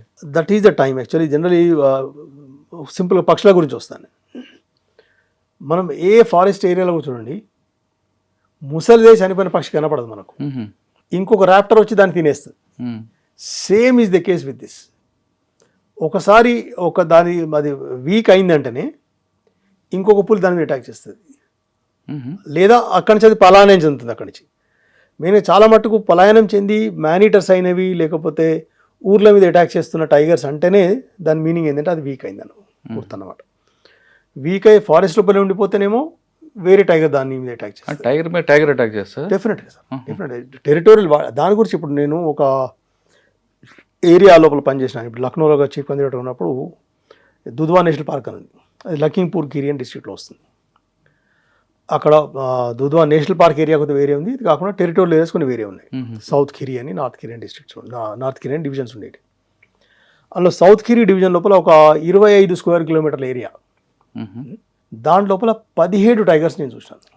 17 ఆ కాలాంతరంలో అంటే అధ్యయనంలో తెలిసింది ఏంటంటే ఈ 17 టైగర్స్ కూడా ఎట్లాంటివి అంటే ఆ మెయిన్ ఏరియా అవుతుందో ఆ ఏరియాలో ఏదో స్ట్రాంగెస్ట్ టైగర్ ఉండిందో అవి మిగిలిన టైగర్స్ని అక్కడ తరిమేసి, అయితే దాంతో కొట్లాడి శక్తి లేదు. ఆ చివరి మెల్లమెల్ల పలాయనం చెందేవి. పలాయనం చెందిన గ్రూప్ అంతా ఒకలాగా ఉండేదన్నమాట. అక్కడ 17 టైగర్లు ఒక చిన్న ఏరియాలో ఉండేవి. ఆ రకంగా అయితే పలాయనం చెందుతాయి అవి. చెంది మళ్ళీ స్ట్రెంత్ రికవర్ అయితే మళ్ళీ పోతాయి, లేకపోతే మళ్ళీ వాపసు వస్తాయి ఇక్కడికి. అట్లా జరిగేది అన్నమాట. అది అంటే మీరు చెప్తుండే ఇక్కడ కూడా ఎకో సిస్టమే. ఇక్కడ కూడా అదే సేమ్ అండి, ఇక్కడ అదే సిస్టమ్. దాని లోపల అంటే బేసికలీ ఇది ఏంటంటే ఇది ఫీమేల్ కోసం మేటింగ్ కోసం కూడా ఈ కొట్లాట్లు ఎక్కువ జరుగుతాయి, ఈ ఘర్షణలు ఎక్కువ జరుగుతాయి. ఏది స్ట్రాంగెస్టో అది మాత్రమే దాని ఒక ఏరియాని డిమార్కెట్ చేసుకుంటుంది. ఆ డిమార్కెట్ చేసే సిస్టమ్ కూడా ఉంటుంది అనమాట. ట్రంక్స్ మీద యూరినేట్ చేయడం కానీ, స్క్రాచ్ మార్క్స్ కానీ, దాని స్కాట్ అంటారు, తిన్న తర్వాత విడిచిపెట్టే స్కాట్ మార్క్స్ కానీ అవన్నీ ఉంటాయి. దాని తోటి అది పెద్ద ఒక ఏరియాని డిమార్కెట్ చేసుకుంటుంది అనమాట. ఆ ఏరియా లోపల ఎవరిని రాని, ఎవరు వచ్చినా తెలిసిందంటే దానిపైన అటాక్ చేసే ప్రయత్నం. సార్, పులికి చర్మం మీద రకరకాల చార్లు కనిపిస్తాయి. అన్ని పులులకి ఒకేలా ఉండవు, కారణం ఏమంటారు? Basically it is only finger printing style అన్నమాట అనేది. దానికి సైంటిఫిక్గా ఏం రీజన్ ఏం లేదు. అన్నిటి డిఫరెంట్, అది ఒక ఫింగర్ ప్రింటింగ్ టైప్ అన్నమాట. అది కూడా ప్రతి ఒక్క దాని మార్క్స్ దానితోనే మేము జనరల్ ఐడెంటిఫై చేస్తాం. ఇప్పుడు అందుకోసమే ఈ మన కెమెరాలు పెడతాం కదా, ఆ కెమెరాలు ఎట్లా పెడతారంటే 2 అపోజిట్ డైరెక్షన్లో పెడతాం అనమాట. అయితే ఎందుకంటే టైగర్ దాని మధ్య నుంచి పోయినప్పుడు, అంటే జనరల్గా టైగర్స్ ఎట్లాంటి రూట్లో పోతాయంటే బీట్ అండ్ ట్రాక్ అంటారు. బీట్ అండ్ ట్రాక్ లోపల వెళ్తాయి అవి. ఆ బీట్ అండ్ ట్రాక్ అంటే మనం నడిచిన తోవలు ఉంటాయి, మన వెహికల్స్ పోయిన తోవలు ఉంటాయి, దాంట్లో నడుస్తుంది. ఇక్కడ వాటి ప్యాడ్స్ బాగా మెత్తగా ఉంటాయి కింద, ఆ ముళ్ళు ఇలా కుచ్చుకోకుండా అట్లా ఉంటాయి అన్నమాట. లేదా నది నాలా పక్క నుంచి నడుస్తాయి. సో అట్లాంటి చోట్ల లోపల ఏం చేస్తామంటే మేము ఇట్లా కెమెరా ట్రాప్ అంటారు వాటిని. కెమెరా ట్రాప్ ఎప్పుడు ఒక్కటి పెట్టరు, 2 ఇట్లా అపోజిట్ డైరెక్షన్లో పెడతారు. దాని మధ్య నుంచి నడిచినప్పుడు 2 సైడ్లను అది కవర్ చేస్తుంది అన్నమాట ఆ ఫోటోగ్రాఫ్. దాంతో ఐడెంటిఫై చేస్తాం. ఐడెంటిఫై చేసినప్పుడు కొన్నిసార్లు కొన్ని 100 కిలోమీటర్లు అవి బయటికి వెళ్ళినాయి. ఈవెన్ అంటే నార్త్ ఇండియా నుంచి ఒరిస్సా వరకు కూడా వెళ్ళిన, ఈవెన్ సెంట్రల్ ఇండియా నుంచి ఒరిస్సా వరకు వెళ్ళిన టైగర్స్ ఉన్నాయి. అది మేల్ ఫీమేల్ ఎలా తెలుస్తుందండి? మేల్ ఫీమేల్ మనం దాన్ని అంటే వెనుక అబ్జర్వ్ చేస్తే తెలుస్తుంది. దాన్ని కెమెరాకు రాదు కదా. అంటే కెమెరాలు కొన్ని అయితే వీడియో కెమెరాస్ ఇస్తాయి, కొన్ని అంటే సైడ్ నుంచి తీసినవి ఉంటాయి. దాని మూమెంట్ ఎట్లా బట్టి ఉంటుందో దాన్ని బట్టి ఐడెంటిఫై చేస్తారు. సార్, ఫస్ట్ పోస్టింగ్ తర్వాత ఎక్కడికి వచ్చారు? ఫస్ట్ పోస్టింగ్ తర్వాత నెక్స్ట్ నాది సోషల్ ఫారెస్ట్ పోస్టింగ్ అండి. ఢిల్లీ దగ్గర బులంద్ షహర్ అని చెప్పి పోస్టింగ్. అక్కడ ఎంతకాలం అండి? బులంద్ షహర్లో 3 అక్కడ ఫుల్ టర్మ్ చేశారు. చేసిన అక్కడ ఛాలెంజ్ ఏముంది? అక్కడ చాలా మంచి ఎక్స్పీరియన్స్ ఏంటంటే అక్కడ అంటే ఒకటి ఛాలెంజ్ ఏమో మీరు అన్నట్టుగా ఆ సుప్రీంకోర్టు ఆర్డర్ వచ్చింది అప్పుడే. 4-3-97 అని చెప్పి ఒక ఆర్డర్, అది ఆ డేటెడ్ ఆర్డర్, అది ఆనరబుల్ సుప్రీంకోర్టు ఇష్యూ చేసింది. Any illegal sawmill should be close down. అది నా అక్కడ ఫస్ట్ స్టేజ్ అక్కడి నుంచి స్టార్ట్ అయింది అనమాట, సామిల్స్ అనేది క్లోజ్ చేయడం అనేది. కానీ అక్కడ మంచి ఒకటి చాలా మంచి పని జరిగిందండి. అక్కడ బేసికలీ అశ్వమేధ యజ్ఞం వీళ్ళు చేసేవాళ్ళు, ఎవరు మన హరిద్వార్ నుంచి వాళ్ళు చేసేవాళ్ళు, శాంతికుంజ్ వాళ్ళు చేసేవాళ్ళు. వాళ్ళతోని నా టచ్ స్టార్ట్ అయింది అక్కడ. చెట్లు నరకత దాని అంటే ఫస్ట్ దాని అంటే అశ్వమేధ యజ్ఞం స్టార్ట్ అయింది. దాని తర్వాత వాళ్ళు ఒక దాన్ని ఏమంటారు, ఒక వాగ్దానం లాగా చేసిన ప్రణతి తీసుకున్నారు అక్కడ. మేము ఇక్కడ ఎఫారెస్టేషన్లో ఫారెస్ట్ డిపార్ట్మెంట్ కోఆపరేట్ చేస్తాం. అప్పుడు ఏం చేసినామంటే అలీగఢ్ నుంచి, అదే జీటీ రోడ్ అనమాట, అలీగఢ్ బార్డర్ నుంచి గాజియాబాద్ బార్డర్ వరకు బులంద్ షహర్ వచ్చేది. అప్పుడు మధ్యలో మీరట్ దాన్ని దాటినాక గాజియాబాద్ దాటినాక వస్తుంది. అయితే అప్పుడు ఒక స్లోగన్ ఇచ్చినాం, హరాబరా జీటీ రోడ్ ప్రగతి సే హమారా నాతా జోడ్ అని ఒక స్లోగన్ ఇచ్చి శాంతికుంజ్ వాళ్ళు కానీ, మిగిలిన స్కూల్స్ కానీ, డిఫరెంట్ డిపార్ట్మెంట్స్ కానీ అందరికీ ఏంటంటే ఇట్స్ ఆ యజ్ఞం లాగానే ఇది కూడా ఒక యజ్ఞమే. దాంట్లో ఎవరు విఐపీ లేరు, ఎవరు ఏం లేరు. దాన్ని మొత్తం సర్వే చేయించి ఎక్కడెక్కడ గ్యాప్స్ ఉన్నాయి ఆ గ్యాప్స్ని ఐడెంటిఫై చేసినాం. ఫారెస్ట్ డిపార్ట్మెంట్ లోపల వన మహోత్సవం అని చెప్పి ప్రోగ్రామ్ ఉంటుంది. దాని లోపల మేము ఫ్రీ శాప్లింగ్స్ ఇవ్వచ్చు. ఆ శాప్లింగ్స్ని అక్కడక్కడ ఆ ప్లేసెస్ లోపల అంటే ఒక 4 రోజుల డిస్టెన్స్ దాన్ని పెట్టుకొని ప్రతిరోజు ఇక్కడిక్కడ పెడదామని చెప్పి వాళ్ళు శాంతికుంజ్ వాళ్ళు, వాళ్ళ కార్యకర్తలు, మిగిలిన స్కూల్స్ నుంచి స్టూడెంట్స్ వీళ్ళందరం పోయి కంప్లీట్ అక్కడక్కడ చేసేవాళ్ళం. వాళ్ళ మొత్తం అక్కడ పొలిటికల్ లీడర్స్ కానీ ఇర్రెస్పెక్టివ్ పార్టీ, డిస్ట్రిక్ట్ అడ్మినిస్ట్రేషన్ కానీ, సీఎంఓ కానీ వీళ్ళందరికీ రిక్వెస్ట్ చేసినాం. వాళ్ళ తరఫు నుంచి ఏమైతే హెల్ప్ చేయగలుగుతారో అవి కూడా చేసిన వాడు. అంటే మీరు ఒక యజ్ఞం తీసుకున్నారు, యజ్ఞం లాగానే చేసిన నిజంగా చాలా సీరియస్గా ఉంటుంది. యజ్ఞం లాగానే జరిగింది అనుకోండి. అది ఒకటి చాలా సాటిస్ఫాక్షన్. ఇప్పుడు నాకు మొత్తం జీవితకాలంలో ఒకసారి ఆలోచించిన అనుకోండి, ఒకసారి అనిపిస్తుంది అన్నమాట. అంటే ప్రజలతోని కలిసి మీరు ఎప్పుడైతే పనిచేస్తారో ఆ ఫీలింగ్ వేరేలా ఉంటుంది. ఓకే. ఎందుకంటే అంటే అది వాళ్ళ గొప్పతనం అనుకోండి. ఒకసారి ఒక చోట 108 కుండి యజ్ఞ అంటారు, అంటే 108 కుండ. మా ఇంట్లో మా మిస్సెస్ వాళ్ళు కానీ మా రిలేటివ్స్ వచ్చినారు, మా పెద్ద అక్క వాళ్ళు వచ్చినారు. మరి పోదాం అక్కడ అవుతుంది ఆహుతి చేసే టైం పోదామంటే పోదామని చెప్పి మెల్లమెల్లగా అట్లా అయి చివరకు మేము అక్కడికి చేరే టైం వరకు అక్కడ మొత్తం యజ్ఞం సమాప్తం అయిపోయింది. ఆ మెయిన్ ఆర్గనైజర్ ఆ పైన స్టేజ్ పైన ఉండే అతను ఇట్లా నాది చూసిన వెంటనే ఇట్లా నమస్తే అని నిలబడి ఉన్నా. అక్కడి నుంచి ఆయన ఒక అనౌన్స్మెంట్ చేసినాడు. నా జీవితంలో నాకు అంతకు మించిన అంటే గిఫ్ట్ ఇంకా వేరే దొరకదని ఆయన అక్కడ చేయమని అనౌన్స్మెంట్ చేసినంటే 108 గుండాల యజ్ఞం సమాప్తమైంది. కానీ కొందరు ఇంకా యజ్ఞం చేసుకోవాలనుకుంటున్నారు. వాళ్ళ అదృష్టం ఇవాళ పండింది, ఎందుకంటే డిఎఫ్ఓ సాబ్ లేట్గా వచ్చిండు అని చెప్పి మళ్ళీ 108 కుండి యజ్ఞం మళ్ళీ చేయించాడు అన్నమాట. మీ నుంచి మరికొంతమందికి అవకాశం వచ్చింది. అయితే నేను అనుకున్నాను అంటే భగవంతుడిని అదే అనుకున్నాను. అంటే నేను ఏం చేసినా అంత పెద్ద వాళ్ళతో చేసిన ఒక ప్లాంటేషన్ ప్రోగ్రామ్ మాత్రమే నేను చేసింది. అది అంటే ప్రజలతో కలిసి పనిచేస్తే మనకు వచ్చే ఆప్యాయత అనుకోండి ముఖ్యంగా. సార్ మీరు ఆ బెల్ట్ చేశారు కదా, గజియాబాద్ తర్వాత ఋషికేష్ అంటే డెహ్రాడూన్, అక్కడ ట్రీ హగ్ అనే కార్యక్రమం ఎందుకంటే వస్తుంది? బేసికలీ సుందరాల్ భవనగాలది చిప్కో మూమెంట్ అది వచ్చింది అనమాట.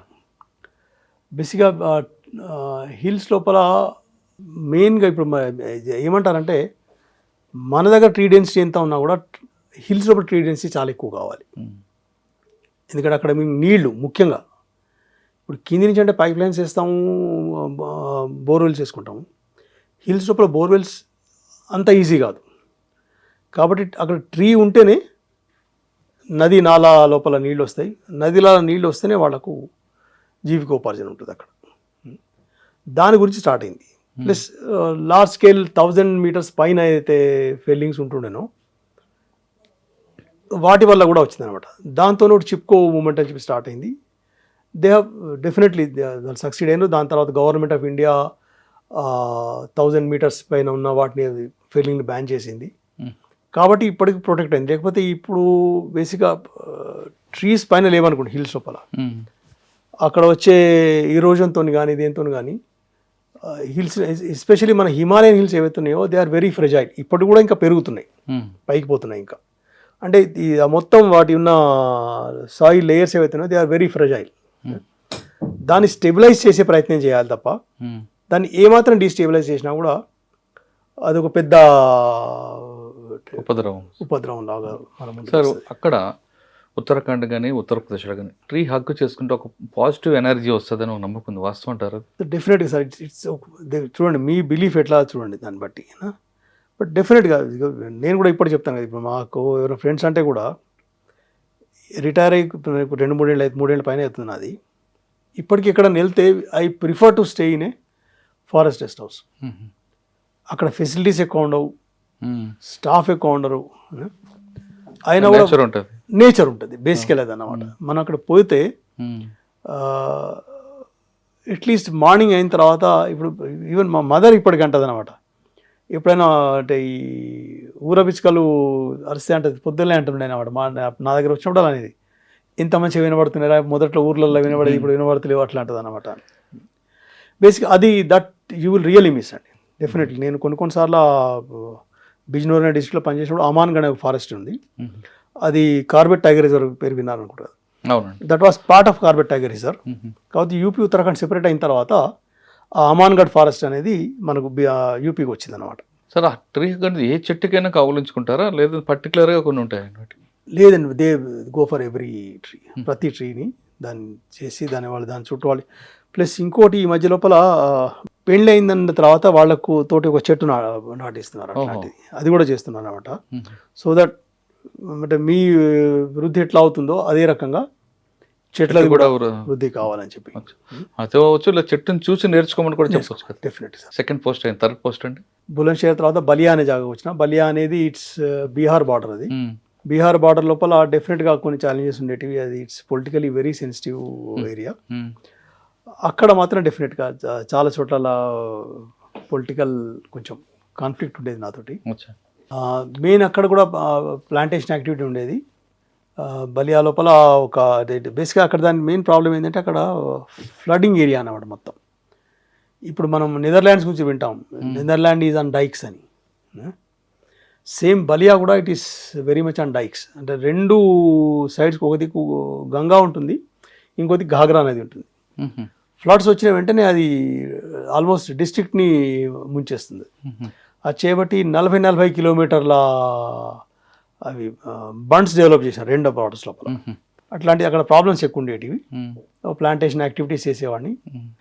ఏదో యాక్షన్ అంటున్నారు, కొన్ని చోట్ల లోపల పొలిటికల్గా పడేది కాదు అక్కడ కొంచెం. అక్కడ దాని తర్వాత మరి పొలిటికల్ ట్రాన్స్ఫర్ అయిందా లేకపోతే నార్మల్ కోర్స్లో అయిందా నాకు తెలియదు. అంటే అక్కడ 3 సంవత్సరాలు చేయలేదా? అక్కడ 1 సంవత్సరం చేసాను. పొలిటికల్ ట్రాన్స్ఫర్ అనుకున్నాం మరి, కానీ ఇక తర్వాత ఎందుకంటే మా ఫాదర్ కూడా అన్నాడు అనమాట, అది పొలిటికల్ ట్రాన్స్ఫర్ అయ్యారా అంటే నేను నాకు తెలియదు. ఎందుకంటే నేను అంటే ఒకరోజు కొంచెం అంటే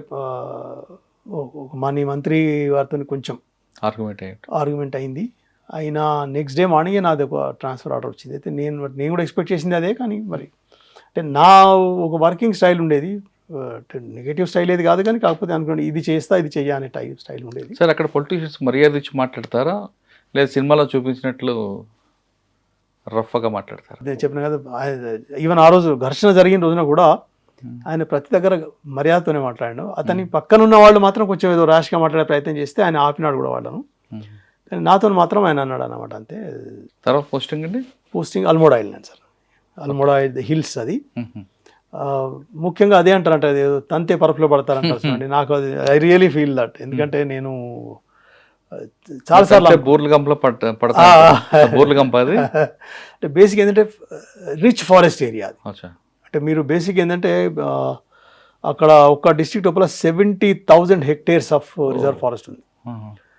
కొన్నిసార్లు అనుకునేవాళ్ళం అనమాట, ఇల్లు మీది కానీ మీరు బయట కాలు పెడితే మాత్రం యూ పుట్టింది రిజర్వ్ ఫారెస్ట్. ఆ తిరిగి ఉండేది అక్కడ మాత్రం చాలా అంటే ఛాలెంజెస్ బేసికల్లీ లీసా స్మగ్లింగ్ ఉండేది అక్కడ. దాన్ని కంట్రోల్ చేసి ఇట్స్ వెరీ టఫ్. దాన్ని వీలైనంత మటు కంట్రోల్ చేయగలిగాం. ఇక 100% చేసినా అని చెప్పి కూడా నేను క్రెడిట్ తీసుకోవడం కూడా కష్టం అవుతుంది. ఎందుకంటే బేసికలీ మూమెంట్ ఒక రిస్ట్రిక్టెడ్ మూమెంట్. హిల్స్ లోపల ప్రాబ్లం ఎక్కడ వస్తుంది అంటే రోడ్ ఉంటుంది ఒకటి, రోడ్ నుంచి మీరు ఎటు వెళ్ళినా కూడా మళ్ళీ అంతవరకు నడిచి వాపసు రావాలి. అంటే మీకు ఏది కూడా క్విక్ అనేది ఏది ఉండదు అనమాట. ఇప్పుడు మీరు ఒక 18 కిలోమీటర్లు ఒక ప్లాంటేషన్ చూడడానికి వెళ్ళినాం. ప్లాంటేషన్ అట్లా కూడా ఉంటుండే. అంటే 18 కిలోమీటర్లు ప్లాంటేషన్ నడవడానికి వెళ్ళినామో మళ్ళీ ఆ 18 కిలోమీటర్లు వాపసు వస్తేనే మీకు ఇక్కడ జీప్ కనపడుతుంది. అవునా? అట్లాంటి ఛాలెంజెస్ ఉంటాయి అన్నమాట. అట్లా కూడా వెళ్ళేవాళ్ళం. కానీ అంటే ఏంటంటే మీకు ప్లేన్స్ లోపల ఫెసిలిటీ ఏముండేదంటే మీరు ఒక సైడ్కి వెళ్ళిన తర్వాత మీరు కావాలని కూడా వెహికల్ అక్కడ తెప్పించుకోవచ్చు. మీరు అక్కడ నేను ఇక్కడ నడిచిపోతా, మీరు అక్కడ వెహికల్ తీసుకురా, అక్కడ చెక్కి వెళ్ళిపోదాం. కానీ అక్కడ అది కుదరదు. మళ్ళీ రావాల్సిందే మళ్ళీ వెళ్ళాల్సిందే. మళ్ళీ నెక్స్ట్ డే మళ్ళీ ఎప్పుడు వెళ్తామో తెలియదు మనకు. అట్లాంటి ఛాలెంజ్ చేయబట్టి కొన్ని చోట్ల 100% కంట్రోల్ చేయగలని చెప్పడం కష్టం. కానీ అది కూడా ఒక అడ్వాంటేజ్. ఇప్పుడు మనకే డిసడ్వాంటేజ్ ఉందో ఇలిసిట్ ఫెల్లింగ్ చేసేవాడు కూడా డిసడ్వాంటేజ్ ఉంది. ఎందుకంటే అల్టిమేట్లీ ఇలిసిట్ ఫెల్లింగ్ చేసిన తర్వాత దాన్ని పట్టుకుని అయితే పోవాలి కదా, మళ్ళీ వాడు కూడా అదే రోడ్డుకు రావాలి. మనం రోడ్డు కంట్రోల్ స్ట్రిక్ట్గా చేస్తే చాలా మటుకు కంట్రోల్ అయ్యేటి. ఆ రకంగా ప్రయత్నం చేసేది. లీసాది ప్రాబ్లం ఉండేది, ఇలిసిట్ లీసాది ప్రాబ్లం ఉండేది. దానికోసం వీలైన వాడు ఫ్యాక్టరీస్ పైన రేడ్ చేసేవాళ్ళం. దాన్ని కంట్రోల్ చేసే ప్రయత్నం చేసినాం. కానీ నేచర్ వైజ్ సో బ్యూటిఫుల్ అండి. మీరు ఎప్పుడైతే హిల్ని ఎక్కుతూ వెళ్తారో అది ప్లాంటేజ్ చేయడానికి, ఎక్కుతున్నంతసేపు ఒక 10 నిమిషాలు అనిపిస్తుంది అనమాట. చాలా కష్టమైంది. మీరు ఒక్క సెకండ్ ఆగండి అంతే, అక్కడ మీకు వచ్చిన చెమట అంతా మొత్తం పోయి you will become once again fresh. మళ్ళీ అల్మోడా అంటే నైనితాల్ నుంచి దగ్గర ఉంటుంది అనమాట. నైనితాల్ నుంచి ఒక 50-60 మీరు అక్కడ ముస్సోరీ డెహ్రాడూన్ పైకి వెళ్తే మనకి ఇంకా అంటే ఇప్పుడు అక్కడ ఏంటంటే 2 రకాల హిల్స్ ఉన్నాయన్నమాట. Garhwal hills, Kumaon hills. ఇప్పుడు మన దేహ్రాదూన్ ఉన్నదేమో దేహ్రాదూన్, మసూర్ ఏమో గడ్వాల్. ఇదికేమో ఇది నైనితాల్ కానీ అల్మోడా రిషికేష్ నుంచి నైనితాల్ వైపు చెప్తున్నారు. ఆ రిషికేష్ మళ్ళీ గడ్వాల్ దిగిపోతాం. ఓకే. ఇటు హల్ద్వానీ అంటారు అన్నమాట బేసిక్గా. ఆహా. హల్ద్వానీ, నైనిటాల్. నైనితాల్ తీసుకుని నైనితాల్ ఒకటి, తర్వాత హల్ద్వానీ అని ఉంటుంది, రామ్నగర్ అని ఉంది, తర్వాత ఇటు అల్మోడా, బాగేశ్వర్, పిథోరాగఢ్, ఇవి దే ఆర్ కుమావ్ హిల్స్. ఇవి ఆ గడ్వాల్ హిల్స్ ఏమో మళ్ళీ అటు ఇది మన దేహ్రాదూన్ కానీ, రిషికేష్ కానీ, తర్వాత ఉత్తరకాశీ కానివ్వండి, బద్రీనాథ్, కేదార్నాథ్, ఇవన్నీ గడ్వాల్ హిల్స్లో వస్తాయి. నేను కుమావ్ హిల్స్ లోపల దేహ్రాదూన్లో ట్రైనింగ్ చేసిన, కుమావ్ హిల్స్ లోపల డిఎఫ్ఓగా పనిచేసిన, 2 years డిఎఫ్ఓగా పనిచేసిన. దాని తర్వాత కాడర్ సెపరేట్ అయింది, యూపీ ఉత్తరాఖండ్. తర్వాత నేను ప్లేన్స్కి యూపీ కాడర్కి వచ్చినాను మెయిన్గా. తర్వాత ఎక్కడి నుంచి ఎక్కడికి ఉండి యూపీకి వచ్చిన తర్వాత వరల్డ్ బ్యాంక్ ఫారెస్ట్రీ ప్రాజెక్ట్ ఉంది, అక్కడ నేను training cell, UP world forest bank forestry ప్రాజెక్ట్లో ట్రైనింగ్ సెల్ మేనేజ్ చేసిన. దానిలో ఫారిన్ ట్రైనింగ్స్ కానీ, లేకపోతే మన లోకల్ ట్రైనింగ్స్ కానీ. దాని తర్వాత అప్పుడే గ్రాడ్యువల్గా కంప్యూటర్ ఇంట్రడ్యూస్ అయింది అనమాట. మొత్తం ఫారెస్ట్ డిపార్ట్మెంట్లో కంప్యూటర్స్ డిస్ట్రిబ్యూషన్ చేయడం కానీ, కంప్యూటర్ డిస్ట్రిబ్యూట్ చేసిన తర్వాత అక్కడ బేసిక్ 4 ఉండేటివి కదా, Microsoft Word, Excel, PowerPoint, ఇవి వాళ్ళకు మొత్తం ట్రైనింగ్స్ ఇప్పించడం కానీ. దాని తర్వాత కొంతమంది సెలెక్ట్ చేసి సెలెక్టెడ్ ఫారిన్ ట్రైనింగ్స్ ఉండేవి, వాటిలో నామినేట్ చేయించడం కానీ, వాళ్ళ లాజిస్టిక్స్ చూడడం కానీ, ఐఏఎమ్స్, ఐఐటీస్ తోటి. ఈ క్యాడర్లో అవుతున్న టైంలోనే మీ నాన్నగారు మరణవాత ఎప్పుడు ఉన్నారు? బలియాలో ఉన్న పోస్టింగ్ అప్పుడండి, అప్పుడు జరిగింది అదనమాట. బలియా లోపల ఉన్నప్పుడు అదే చెప్తున్నాను కదా, అది నా అంటే దురదృష్టం అంతా అది ఒకటేసారి వచ్చింది అనుకుంటా. ఆయనతో ఎవరు మన మంత్రి గారితో నాకు గొడవ జరిగింది. గొడవ జరిగిన తర్వాత కొద్ది రోజులు ఊరికి వెళ్దామని వచ్చేసిన నేను. అంటే మీరు ఇక్కడ బలియాలో ఉన్నప్పుడు. దాని తర్వాత వచ్చారు మీరు ఇక్కడికి? ఆయన వచ్చినప్పుడు ఆయన చెప్పినాడు అనమాట నాతో, ఈసారి నేను కూడా వస్తారా అని చెప్పన్నాడు. అన్న తర్వాత ట్రాన్స్ఫర్ అయిపోయింది. సారీ, ట్రాన్స్ఫర్ అయిన తర్వాత వెళ్ళాను నేను. అక్కడ ట్రాన్స్ఫర్ అయిన తర్వాత వెంటనే ఊరికి వెళ్ళాను. మంచిర్యాల వచ్చారు. మంచిర్యాల వెళ్తే అక్కడ ఫాదర్తో మాట్లాడినప్పుడు ఆల్మోస్ట్ ఆయన తెలిసింది ఆయనకి. తెలిసి ఆయన అదే అన్నాడు అనమాట, నేను కూడా మరి పొలిటికల్ ట్రాన్స్ఫర్స్ అయితే అని విన్నా నేను, మరి ఫస్ట్ టైం నా కొడుకు కూడా చూస్తున్నా నేను అని చెప్పి అన్నాడు అనమాట. అని అదే అన్నాడు అనమాట, నాకు కూడా ఆల్మోడా అంటే ఇష్టము అని చెప్పి. అప్పుడు స్వామి వివేకానంద అక్కడికి వచ్చింది చెప్పిండు, మహాత్మా గాంధీ అక్కడికి వచ్చింది చెప్పిండు, ఆయన మొత్తం హిస్టరీ అంతా చెప్పిండు. చెప్పి ఒకసారి నేను కూడా వచ్చి నీతో కొద్ది 2-3 నెలలు ఉండి కొంచెం రిలాక్స్ అయ్యి వస్తారా అన్నాడు. నేను కూడా అంతకంటే మించింది ఏముంటుంది, అదృష్టం ఏముంటుంది. నేను పోయినా బస్ నేను అక్కడ జాయిన్ అయినానండి అంతే. ఆ రాత్రి 12 రాత్రి మెసేజ్ వచ్చింది, హిల్స్ సూపర్ రాత్రి ట్రావెల్ చేయడం కష్టం అవుతుంది, నెక్స్ట్ డే మార్నింగ్ నా ఛార్జ్కి హ్యాండ్ ఓవర్ చేసి ఢిల్లీ వరకు వచ్చిన. ఢిల్లీ వరకు వచ్చిన తర్వాత అక్కడి నుంచి ఇంటి వరకు వచ్చేసరికి అప్పటికే చుక్కి అంటే ఎక్స్ట్రీమిస్ట్ అటాక్ కాబట్టి పోలీస్ వాళ్ళు కూడా చెప్పినారు అంటే ఎక్కువసేపు ఉంచకండి అని చెప్పినారంట. అయితే నేను నాకు ఫోన్ చేసినారు, మరి ఆపాలన్నా ఆపొద్దా అంటే నేను చెప్పిన సిచ్యువేషన్ అట్లా మంచి లేదంటుంటారు కాబట్టి చేయండి. నేను చేరలేకపోయినాను, నాన్నగారు చేరలేకపోయాను నేను. అదొకటి లోటు, అదొక జీవితం డెఫినెట్లీ అండి, జీవితం మొత్తం చూడలేదు సార్. తర్వాత దాని తర్వాత అల్మోడా తర్వాత ట్రైనింగ్ సెల్ చేసినాను. ట్రైనింగ్ సెల్ తర్వాత మీరు చెప్పిన ప్రతాప్గఢ్కి వెళ్ళినా. ఇక్కడైతే పొలిటికలీ బాగా సెన్సిటివ్ స్టేట్, అది సెన్సిటివ్ డిస్ట్రిక్ట్ అయినా కూడా అక్కడ ఐ కుడ్ కంట్రోల్ అండి. 144 sawmillsని ఒక 1 week లోపల మేము దాన్ని కంప్లీట్ బంద్ చేయగలిగినాం. బంద్ చేసిన తర్వాత పొలిటికల్ ప్రెషర్స్ ఉండేది కానీ కాకపోతే బెదిరించే ప్రెషర్స్ ఉండకపోయేది, రిక్వెస్ట్ ప్రెషర్స్ ఉండేవి అన్నమాట. అదే కష్టం అండి చేయబట్టి దాంతో ఉండేవాళ్ళం. ఆల్మోస్ట్ 3 years అక్కడ పనిచేసిన నేను. చేసిన తర్వాత అక్కడ ఒక శాంక్చురీ కూడా డిక్లేర్ చేయడం జరిగింది, బర్డ్ శాంక్చురీ, ప్రతాప్గఢ్ కుండా అనేది ప్లేస్ లోపల జరిగింది. సార్ బర్డ్ శాంక్చురీ సార్ మీకు బాగా ఇష్టం. పక్షులు ప్రజలకి నేర్పుతాయి, పక్షులు నేచర్కి ఏమి ఇస్తుంది సార్? బేసికలీ పక్షులు ఎట్లాంటివి అంటే దే ఆర్ కాల్డ్ ఇండికేటర్స్. ఏ మాత్రం కొంచెం చేంజ్ వచ్చినా కూడా అక్కడ ఆ పక్షి రావడం బంద్ చేస్తుంది. దాన్ని బట్టి మనకు తెలిసేది ఏంటంటే we have done something wrong in this place. ఒక సింపుల్ ఎగ్జాంపుల్ చెప్తాను చూడండి. What is a wetland? అదొక పర్టికులర్ షేప్లో ఉంటేనే వెట్ ల్యాండ్ అది. ఇప్పుడు కాంకాంగ్ మనం ఏం చేస్తున్నాం, వాటర్ కన్జర్వేషన్ పేరు మీద, వాటర్ కన్జర్వేషన్ కావాలి, ఆ లేక్ని we're making it a tank. అవును, అది చేయబట్టి దానిలో ఉండే జలచరాలు ఏవైతే ఉన్నాయో, వాటి మీద డిపెండ్ అయ్యేటివి ఏవైతే ఉన్నాయో వాటికి ప్రాపర్ ప్లేస్ దొరకట్లేదు.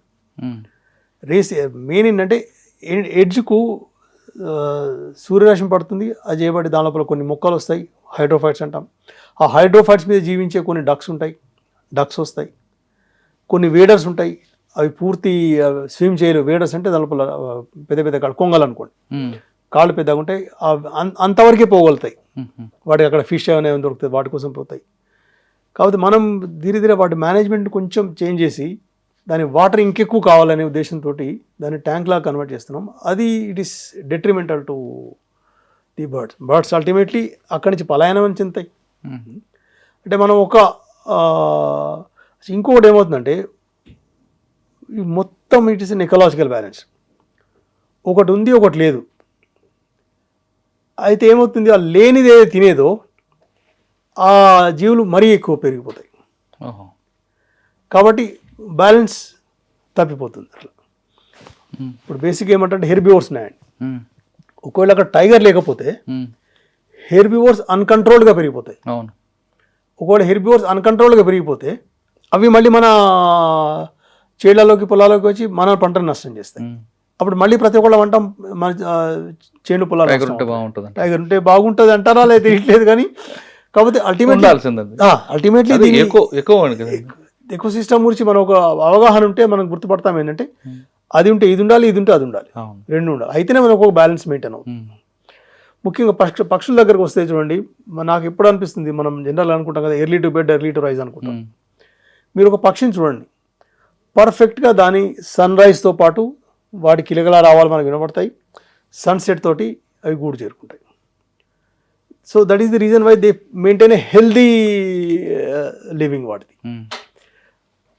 మార్నింగ్ పూట అవి తింటాయి. ఇప్పుడు ఇవాళ పంట చూడు, you have a rich breakfast and dinner అవుతుందో have a very light meal. You observe the birds for complete day. అవి కూడా మార్నింగ్ చూడండి, మీరు చాలా ఫాస్ట్గా మీకు ఫుల్ యాక్టివిటీ మార్నింగ్ కనబడుతుంది.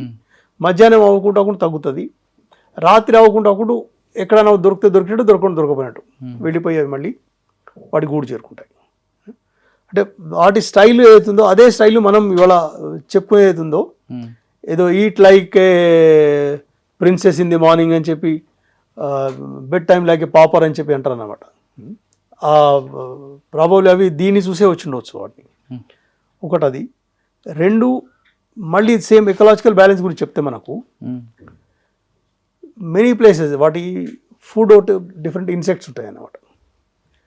ఒక్కొక్క పక్షి ఒక్కొక్క రకమైన దాన్ని తింటుంది. అది అన్నీ ఒకటే దాని మీద డిపెండ్ కావు. ఈవెన్ మనం కొంచెం టైమింగ్స్ చూసామనుకోండి, బాగా అబ్జర్వ్ చేస్తే చిన్న బర్డ్స్ ఒక టైంలో వస్తాయి, మధ్య సైజ్ బర్డ్స్ ఒక టైంలో వస్తాయి, పెద్ద సైజ్ బర్డ్స్ ఒక టైంలో వస్తాయి. ఇవన్నీ అయిన తర్వాత ర్యాప్టర్స్ అన్నిటికంటే లాస్ట్ వస్తాయి అన్నమాట. ర్యాప్టర్స్ ఏంటంటే దే క్లీన్ ది సిస్టమ్. అది అట్లాంటి వీక్ ఇండివిజువల్ని జనరల్గా అవి ఏది కానీ ప్రిడేటర్ ఏది ఉంటుందో that identifies A week individual. ఆ వీక్ ఇండివిజువల్ని ఐడెంటిఫై చేసి దాన్ని తింటుంది. సో అల్టిమేట్లీ ఏంటంటే ఇట్స్ ఏ న్యాచురల్ సెలెక్షన్ అంటారు దీన్ని. వీకర్ ఇండివిజువల్ పెరిష్ అవుతుంది, స్ట్రాంగర్ ఇండివిజువల్ సర్వైవ్ అవుతుంది. స్ట్రాంగర్ ఇండివిజువల్ సర్వైవ్ అవుట్ చేయబట్టి నెక్స్ట్ జనరేషన్ ఏది ఉంటుందో even that will also be of stronger individuals.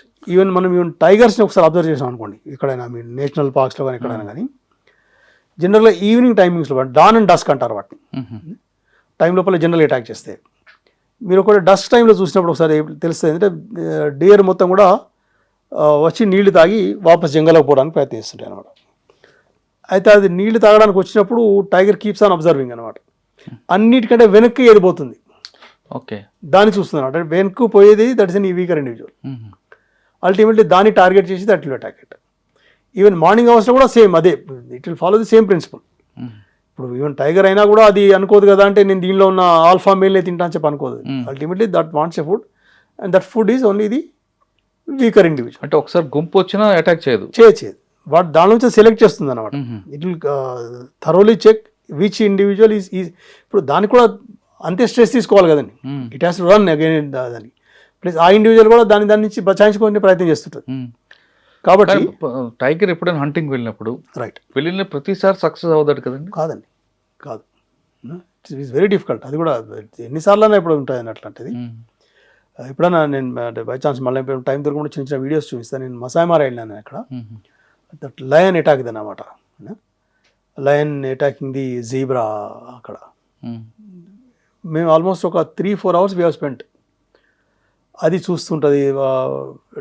Zebras కనబడకుండా అది మొదలు క్యామఫ్లేజ్ చేసుకోవాలి ఫస్ట్ దాన్ని. ప్లస్ ఈవెన్ ఈ ఎయిర్ డైరెక్షన్ కూడా ఉంటుంది కదా, ఎయిర్ డైరెక్షన్ వాటి సైడ్ ఉండొద్దు, ఇది ప్రే సైడ్ ఉండొద్దు, అగైన్ సైడ్ ఉండాలి. అయితే ఎందుకంటే దానికి వాసన రాకుండా అన్నమాట. ఓహో, అట్లా ఆలోచిస్తుంది. చేసిన తర్వాత అది అటాక్ చేయడానికి పోయింది. ఒక 2 స్టెప్లు ముందేసింది అంతే. ఇది ఇంకొక 2 స్టెప్లు తర్వాత వేసి ఉంటే ఆ జీబ్రా అనేది క్యాచ్ చేసి ఉండేది. But ultimately it could not catch the zebra, దాన్ని అంత మిస్టేక్ లోపల. So that night must have gone without any food. It is very tough. అందుకోసమే అది. ఓకే, అంటే ఒకసారి హంట్ చేసింది అనుకోండి, మళ్ళీ ఎంతకాలం గ్యాప్ తీసుకుంటుంది? సార్ బేసిక్గా అది హంట్ చేసిన తర్వాత ఇప్పుడు మేము ఎప్పుడైతే అబ్జర్వ్ చేస్తామో స్కాట్ని, first it will try to eat as much as possible. దాన్ని చేసిన తర్వాత దాన్ని ప్రయత్నం చేస్తుంది అంటే ఒక ముళ్ళ కొంపల్లో అట్లా దానిలో పెట్టేస్తుంది, సో దట్ మిగిలి ఉండాలి. కానీ వెంటనే ఇప్పుడు ఆ మిగిలిన మీట్ ఉంటుంది, వాటి కోసం నక్కలు కానీ లేకపోతే ఇట్లాంటి హైనాస్ కానీ అవి మళ్ళీ వాటి మీద అటాక్ చేస్తాయి, అవి తినడానికి ప్రయత్నం చేస్తుంది. సో అందుకోసం మనం ఏం చేస్తుంది అంటే అది మ్యాక్సిమం తింటుంది అనమాట. అయితే దాని స్కాట్ ఎట్లా ఉంటుంది అంటే ఫస్ట్ డే నాట్ పల్సగా ఉంటుంది, అంటే అజీర్తి, అది అరగలేదు దానికి. ఆ సెకండ్ డే థర్డ్ డే అవ్వకుంటూ కన్సిస్టెన్సీ నార్మల్గా అవుతుంది అంది. కానీ డెఫినెట్గా అది ఇప్పుడు దేనిదైనా ఫుడ్ సైకిల్ సేమేనండి. 24 గంటలు దానికి భోజనం కావాలి. కానీ దానికి ఓర్చుకునే కొంచెం శక్తి ఉంటుందేమో, ఎందుకంటే ప్రతిసారి ఈజీ కాదు కాబట్టి ఓర్చుకునే శక్తి ఉంటుందేమో. లేదా ప్రతిసారి జింకనే పట్టాలని చూడదు అది, కుందేళ్ళు పట్టుకోవచ్చు. ఈవెన్ చిన్న చిన్న ఈ వాటర్ సైడ్స్ ఉంటాయి కదా, కప్పలు, వాటి కూడా పడతాయి. ఇట్స్ నాట్ టార్గెట్ కాదు, కడుపు నింపాలి ఏదో దానికి, కడుపు నింపాలి అంతే. అల్టిమేట్లీ దానికి ఈజీ టార్గెట్ ఏదో చూసుకుంటూ ఉంటుంది అది కూడా. సార్ మీరు చాలా టైగర్ చూస్తుంటారు, ఒక నానుడు ఉందండి, అడవిలో పులి మనం చూడకపోయినా అది మనం చూస్తుంది అంటారు వాస్తవం? డెఫినెట్ సార్, డెఫినెట్గా. ఎందుకంటే అంటే భగవంతుడు దానికి ఇచ్చిన ఆ శక్తి అదే అన్నమాట. ఎందుకంటే దాని ఆ ఎల్లో బ్లాక్ చార్కలు ఏమి ఉంటాయో, బ్లాక్ ఏదైతుందో నీడ అన్నమాట, అది ఎల్లో ఏదైతుందో అక్కడ గ్రాస్ ల్యాండ్ అనుకోండి, దాంతో మ్యాచ్ అవుతుంది. కాబట్టి 1 మీటర్ లోపల ఉందనుకోండి, 1 మీటర్ 1.5 మీటర్ లోపల ఉందనుకోండి, దాన్ని గుర్తుపడడం కష్టం, చాలా కష్టం. కానీ మనం చూస్తుంది, అది మనం చూస్తుంది ఎట్లా అంతే అది. అది డెఫినెట్ ప్రతి దాంతో అదే అండి. ఎందుకంటే ఈవెన్ బర్డ్స్ కూడా మేము చూస్తాం కదా, కెమెరా పట్టుకొని వెళ్తాం, ఎప్పటివరకు అయితే కాల్ వినబడుతుంది, ఎక్కడుంది చూస్తుంటాం. ఎప్పటివరకు అయితే దానికి ప్రాపర్ కెమెరా పైకి లేపుతాం, అది ఎగిరిపోతుంది అది అక్కడిచ్చి. అది ఎనీ ఫోటోగ్రాఫర్ మీరు అడిగి చూడండి, అది పెద్ద ఎక్స్పీరియన్స్ వాళ్ళందరిది. సార్ ఫారెస్ట్ డిపార్ట్మెంట్ పనిచేసిన వాళ్ళకి పులి కనబడితే అదొక లక్ అనుకుంటారు వాస్తవం? సార్ డెఫినెట్గా. ఎందుకంటే లక్ అనే బదులు it is your responsibility. Ultimately నేను ఒక ఫారెస్ట్లో పనిచేస్తున్నా, ఒక పులి కనబడిందంటే చలో at least it is safe today. You are responsible for everything. దాంట్లో చిన్న పోచింగ్ అయినా కూడా యు ఆర్ డైరెక్ట్లీ రెస్పాన్సిబుల్. పులి ఉంది కాబట్టి రారు, పులి ఉంది కాబట్టి ఒకటి రారు, ఇంకోటి at least you are safe. Yes, దీన్ని ప్రొటెక్ట్ చేయగలిగాను నేను, అదొకటి ఉంటుంది అన్నమాట డెఫినెట్గా. కాబట్టి ఏదైతే టైగర్ ఉన్న ఏరియా ఉంటుందో అండ్ లోపల ఇలిసిట్ ఫెల్లింగ్ కూడా చాలా తక్కువ ఉంటుందండి. రెగ్యులర్గా చూసిన ఫారెస్ట్ ఆఫీసర్లు, ఎంప్లాయీస్ కానీ బీట్ ఆఫీసర్ ఎవరైనా పులి సాధారణంగా అటాక్ చేయదట, రోజు కనబడే వాళ్ళని. ఈవెన్ అదర్వైజ్ అండి, నేను చెప్పినాను కదా మీతో, జనరల్లీ అటాక్ చేసిన ఇన్సిడెంట్స్ చాలా తక్కువ ఉన్నాయి. ఎనీ హ్యూమన్ బీయింగ్ అక్కడ, ఇప్పుడు మనం ఏదో జీప్లో వెళ్తాం, బీట్ ఆఫీసర్ చాలామంది సైక్లింగ్ మీద రావాలని చూస్తాం, అక్కడ ఉన్న ఊరు వాళ్ళు నడుచుకుంటూ వెళ్తారు, ఎవరి మీద అటాక్ చేయంగా చూడలేదు. దాన్ని బట్టి తెలుసుకునేది ఏంటంటే అది డిఫరెన్షియేట్ చేస్తుందండి. నాకు తెలిసిందన్నమాట, నేను I have a strong feeling. I cannot have any scientific reasoning for this, కానీ but I have a strong feeling. అది డిఫరెన్షియేట్ చేస్తుంది, this is my food, this is not my food. ఓహో, డిఫరెన్షియేట్. సో బయటకు వచ్చి అటాక్లు చేస్తుంటుంది, దాన్ని control చేయడానికి కొంతమంది ఆఫీసర్లు పులికి కెమెరా కడదామని, పులికి జియో ట్యాగ్ పెడదాం అనుకుంటుంటారు. దాన్ని దొరికిన తర్వాత అది సాధ్యమేనా? జియో ట్యాగింగ్ చేయొచ్చు అండి, జియో ట్యాగింగ్ చేయొచ్చు. తర్వాత చాలా మటుకు ఎప్పుడైతే మేము అంటే టైగర్ని క్యాప్చర్ చేసిన తర్వాత ఎక్కడైనా విడిచిపెట్టాల్సి వెంటనే. ఇంకోటి ఏంటంటే బేసిక్గా టైగర్ కానీ ఎనీ లేపడ్ ఏది కానీ హ్యూమన్ ఇంప్రింటింగ్ అంటారు.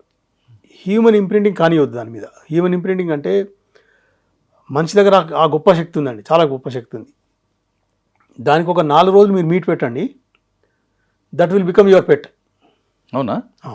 అది చేయబట్టి you cannot leave it in the forest again. ఎందుకు? మిమ్మల్ని చూసింది, మీరు దాన్ని ఫుడ్ పెడుతున్నారు. ఫారెస్ట్లోకి వెళ్ళిన తర్వాత కూడా అక్కడ నడిచేవాడిని కూడా వీడు నా ఫ్రెండ్ అనుకుని దగ్గరికి వస్తే కాబట్టి మేము ఏం చేస్తామంటే ఎప్పుడు కానివ్వండి, the moment we catch the animal బోన్లో వచ్చిన వెంటనే దానికి వెంటనే ఏం ట్రీట్మెంట్ ఉందో దాని ట్రీట్మెంట్ చేపిస్తాను. దాన్ని అక్కడ ఉన్న వెటర్నరీని పిలిచేసి దానికి స్క్రాచెస్ ఉన్నాయి, ఎవరిని వూండ్స్ తల్లి దాని వెంటనే దాని ట్రీట్మెంట్ ఇస్తాం. అంటే అన్లెస్ అంటే ఆ లెవెల్ వరకు ఇంజూర్ కాకపోతే ఇట్ కెన్ దాన్ని చేసుకోగలుగుతుంది అనిపిస్తే within 24 hours we release in the forest. అంటే ఆ టైంలో జియో ట్యాగ్ చేస్తారా? ఆ టైంలో కొన్నిటికి చేస్తాను, జియో ట్యాగ్ చేస్తారు. సో దట్ మెయిన్లీ పెద్ద యానిమల్స్కి టైగర్ లాంటి దానికి జియో ట్యాగ్ చేస్తారు. So that whether it is staying there or not. కొన్నిసార్లు ఇన్స్టెన్సెస్ ఏమంటారంటే అది ఏ ఫారెస్ట్ నుంచి అయితే వచ్చిందో దాని GPS system is much more stronger and it will try to move to the same forest area. అవునా? దాని గురించి అని చెప్పి జియో ట్యాగ్ చేస్తారు దాన్ని. లేదా అది ఎట్లా మూవ్ అవుతుంది, whether it has mingled in that area or not, దాని గురించి అని అంటే ఇట్ డిపెండ్స్ మన దగ్గర ఉన్న జియో ట్యాగ్స్ ఎన్ని ఉన్నాయి అట్లాంటివన్నీ వాటి చేసి వీళ్ళు పక్షుల గురించి చూద్దాం. రేడియో కాలరింగ్ చేస్తారు దానికి. పక్షుల ద్వారా మనుషులు ఏం నేర్చుకోవచ్చండి? ఒకటి, ఇల్లు ఎలా కట్టాలి. రైట్. 2, మన డిసిప్లిన్ ఎలా ఉండాలి. 3, మన ఫుడ్ కంట్రోల్ ఎలా ఉండాలి. కమ్యూనికేషన్ ఎలా చేసుకోవాలి. ఈ 4 నేర్చుకోవచ్చు అంటారు, వాస్తవం అంటారా? Definite sir, because we're definitely very good architects. ఎందుకంటే మన కమ్యూనికేషన్ ఫెసిలిటీస్ బాగా ఉన్నాయి. But see a bird called baya బర్డ్ని అది వీవ్ చేస్తున్నప్పుడు చూడండి మీరు, మనకే ఆశ్చర్యం అనిపిస్తుంది. అది ఎట్లయితే వీవ్ చేస్తుంటుంది ఒక్కొక్కటి. ఒక గ్రాస్ బ్లేడ్ని తీసుకొచ్చి దాన్ని ఎట్లా దాన్ని తీయాలి చక్కగా అసలు చేసి తర్వాత ఇంజనీర్ కూడా చెప్పారు కదా. ఎగ్జాక్ట్లీ. అది చేసిన తర్వాత దానికి ఒక ఫన్నర్ లాగా విడిచిపెట్టిన తర్వాత దాన్ని ఏమంటారంటే దానిలో ఒక్కొక్కసారి it will construct 2 rooms. One is a bedroom and అది డ్రాయింగ్ రూమ్.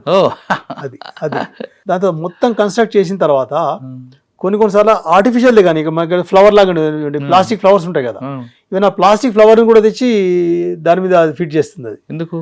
దాని ఇల్లు అందంగా ఉండాలి. ప్లస్ ఇంకోటి ఏంటంటే మేల్ దాన్ని కన్స్ట్రక్ట్ చేయడం స్టార్ట్ చేస్తుంది.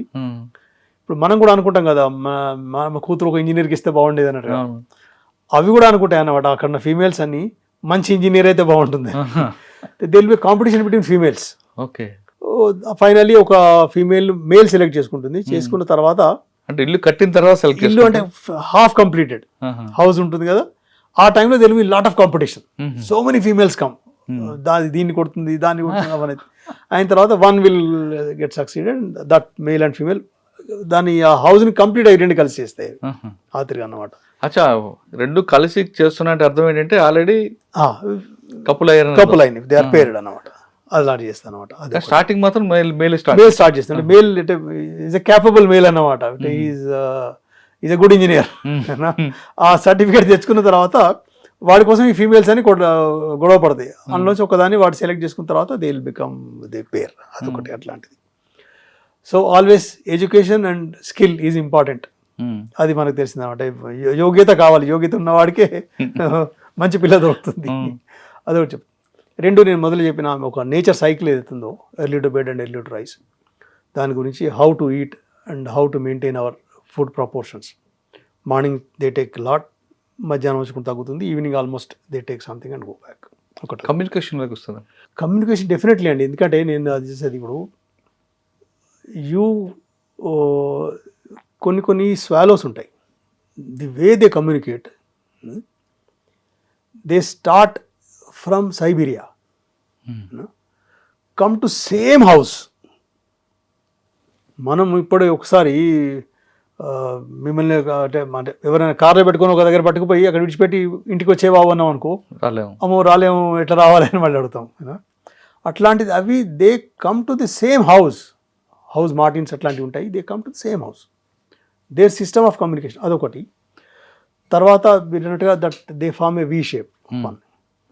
ఆ వీ షేప్ కూడా ఏంటంటే the air resistance, they are more scientific. చూడండి how they maintain, how the air రెసిస్టెన్స్ని వాళ్ళు కంట్రోల్ చేస్తారు. ఫ్రంట్లో ఒకటి సింగిల్ ఉంటుంది, దట్ విల్ లీడర్, మిగిలినవన్నీ షేప్లో వస్తాయి. ప్లస్ మనము ఇప్పుడు ఒకసారి మీరు బయట రోడ్డు మీదకి వెళ్తే ఏ కార్ ఎటు పోవాలని తెలియదు, వాడు నో హాంకింగ్ అని రాసి ఉంటుంది, everybody keeps on Hawking. But A group of ducks, maybe sometimes hundreds of ducks, not hundreds, thousands of ducks, they move together, no clash in between, in such a perfect discipline. So give space to other, అదొకటి నేర్చుకోగలిగితే definitely that order will remain. కానీ ఒకే పక్షి lead చేయదట కదండి, కాసేపు that will leader, కొద్దిసేపు అయినాక somebody rotation చేస్తూ ఉంటాయి. అందులో కూడా ఒక మనిషి నేర్చుకోవచ్చు కదండి. డెఫినెట్లీ దిస్ డోంట్ మనం give others also space, that is always everywhere it is there. Sir ఇంకొకటి, కమ్యూనికేషన్లోనే ఏదైనా ఒక ఏమైనా అన్యాచురల్ జరిగినా, ఇంకో ఇష్యూ జరిగినా వెంటనే కాషన్ ఇస్తుంటుంది కదా. డెఫినెట్గా అండి. ఇప్పుడు I will tell you one incident in Masai Mara. ఒక ఈ బఫలోస్ది, వైల్డ్ బఫలోస్ది ఒక గుంపు ఉంది. దాన్ని అటాక్ చేయడానికి కోసం లయనెస్లు చాలా మట్టుకు వచ్చి దాన్ని అటాక్ చేసే ప్రయత్నం చేసింది. They could not overpower it, but there was no roaring, nothing. Suddenly 2 more lioness have come. అవి ఓవర్ పవర్ చేయలేకపోయినాయి. మళ్ళీ ఇంకోసేపు ఇంకో 2 లయనెస్లు వచ్చినాయి. మళ్ళీ in the last moment one that male lion has come. దాని తర్వాత అవి కలిసి అటాక్ చేసినాయి. అవి దాని తర్వాత అనిపించింది అనమాట, ఇట్స్ సంథింగ్ విచ్ ఇస్ ఏమనాలే అల్ట్రాసోనిక్ సిస్టమా అనిపించింది నాకు దాన్ని చూస్తే. Even they maintain such ultrasonic even calls. Even వీటి బర్డ్స్ కూడా చూస్తే calls are different types of calls.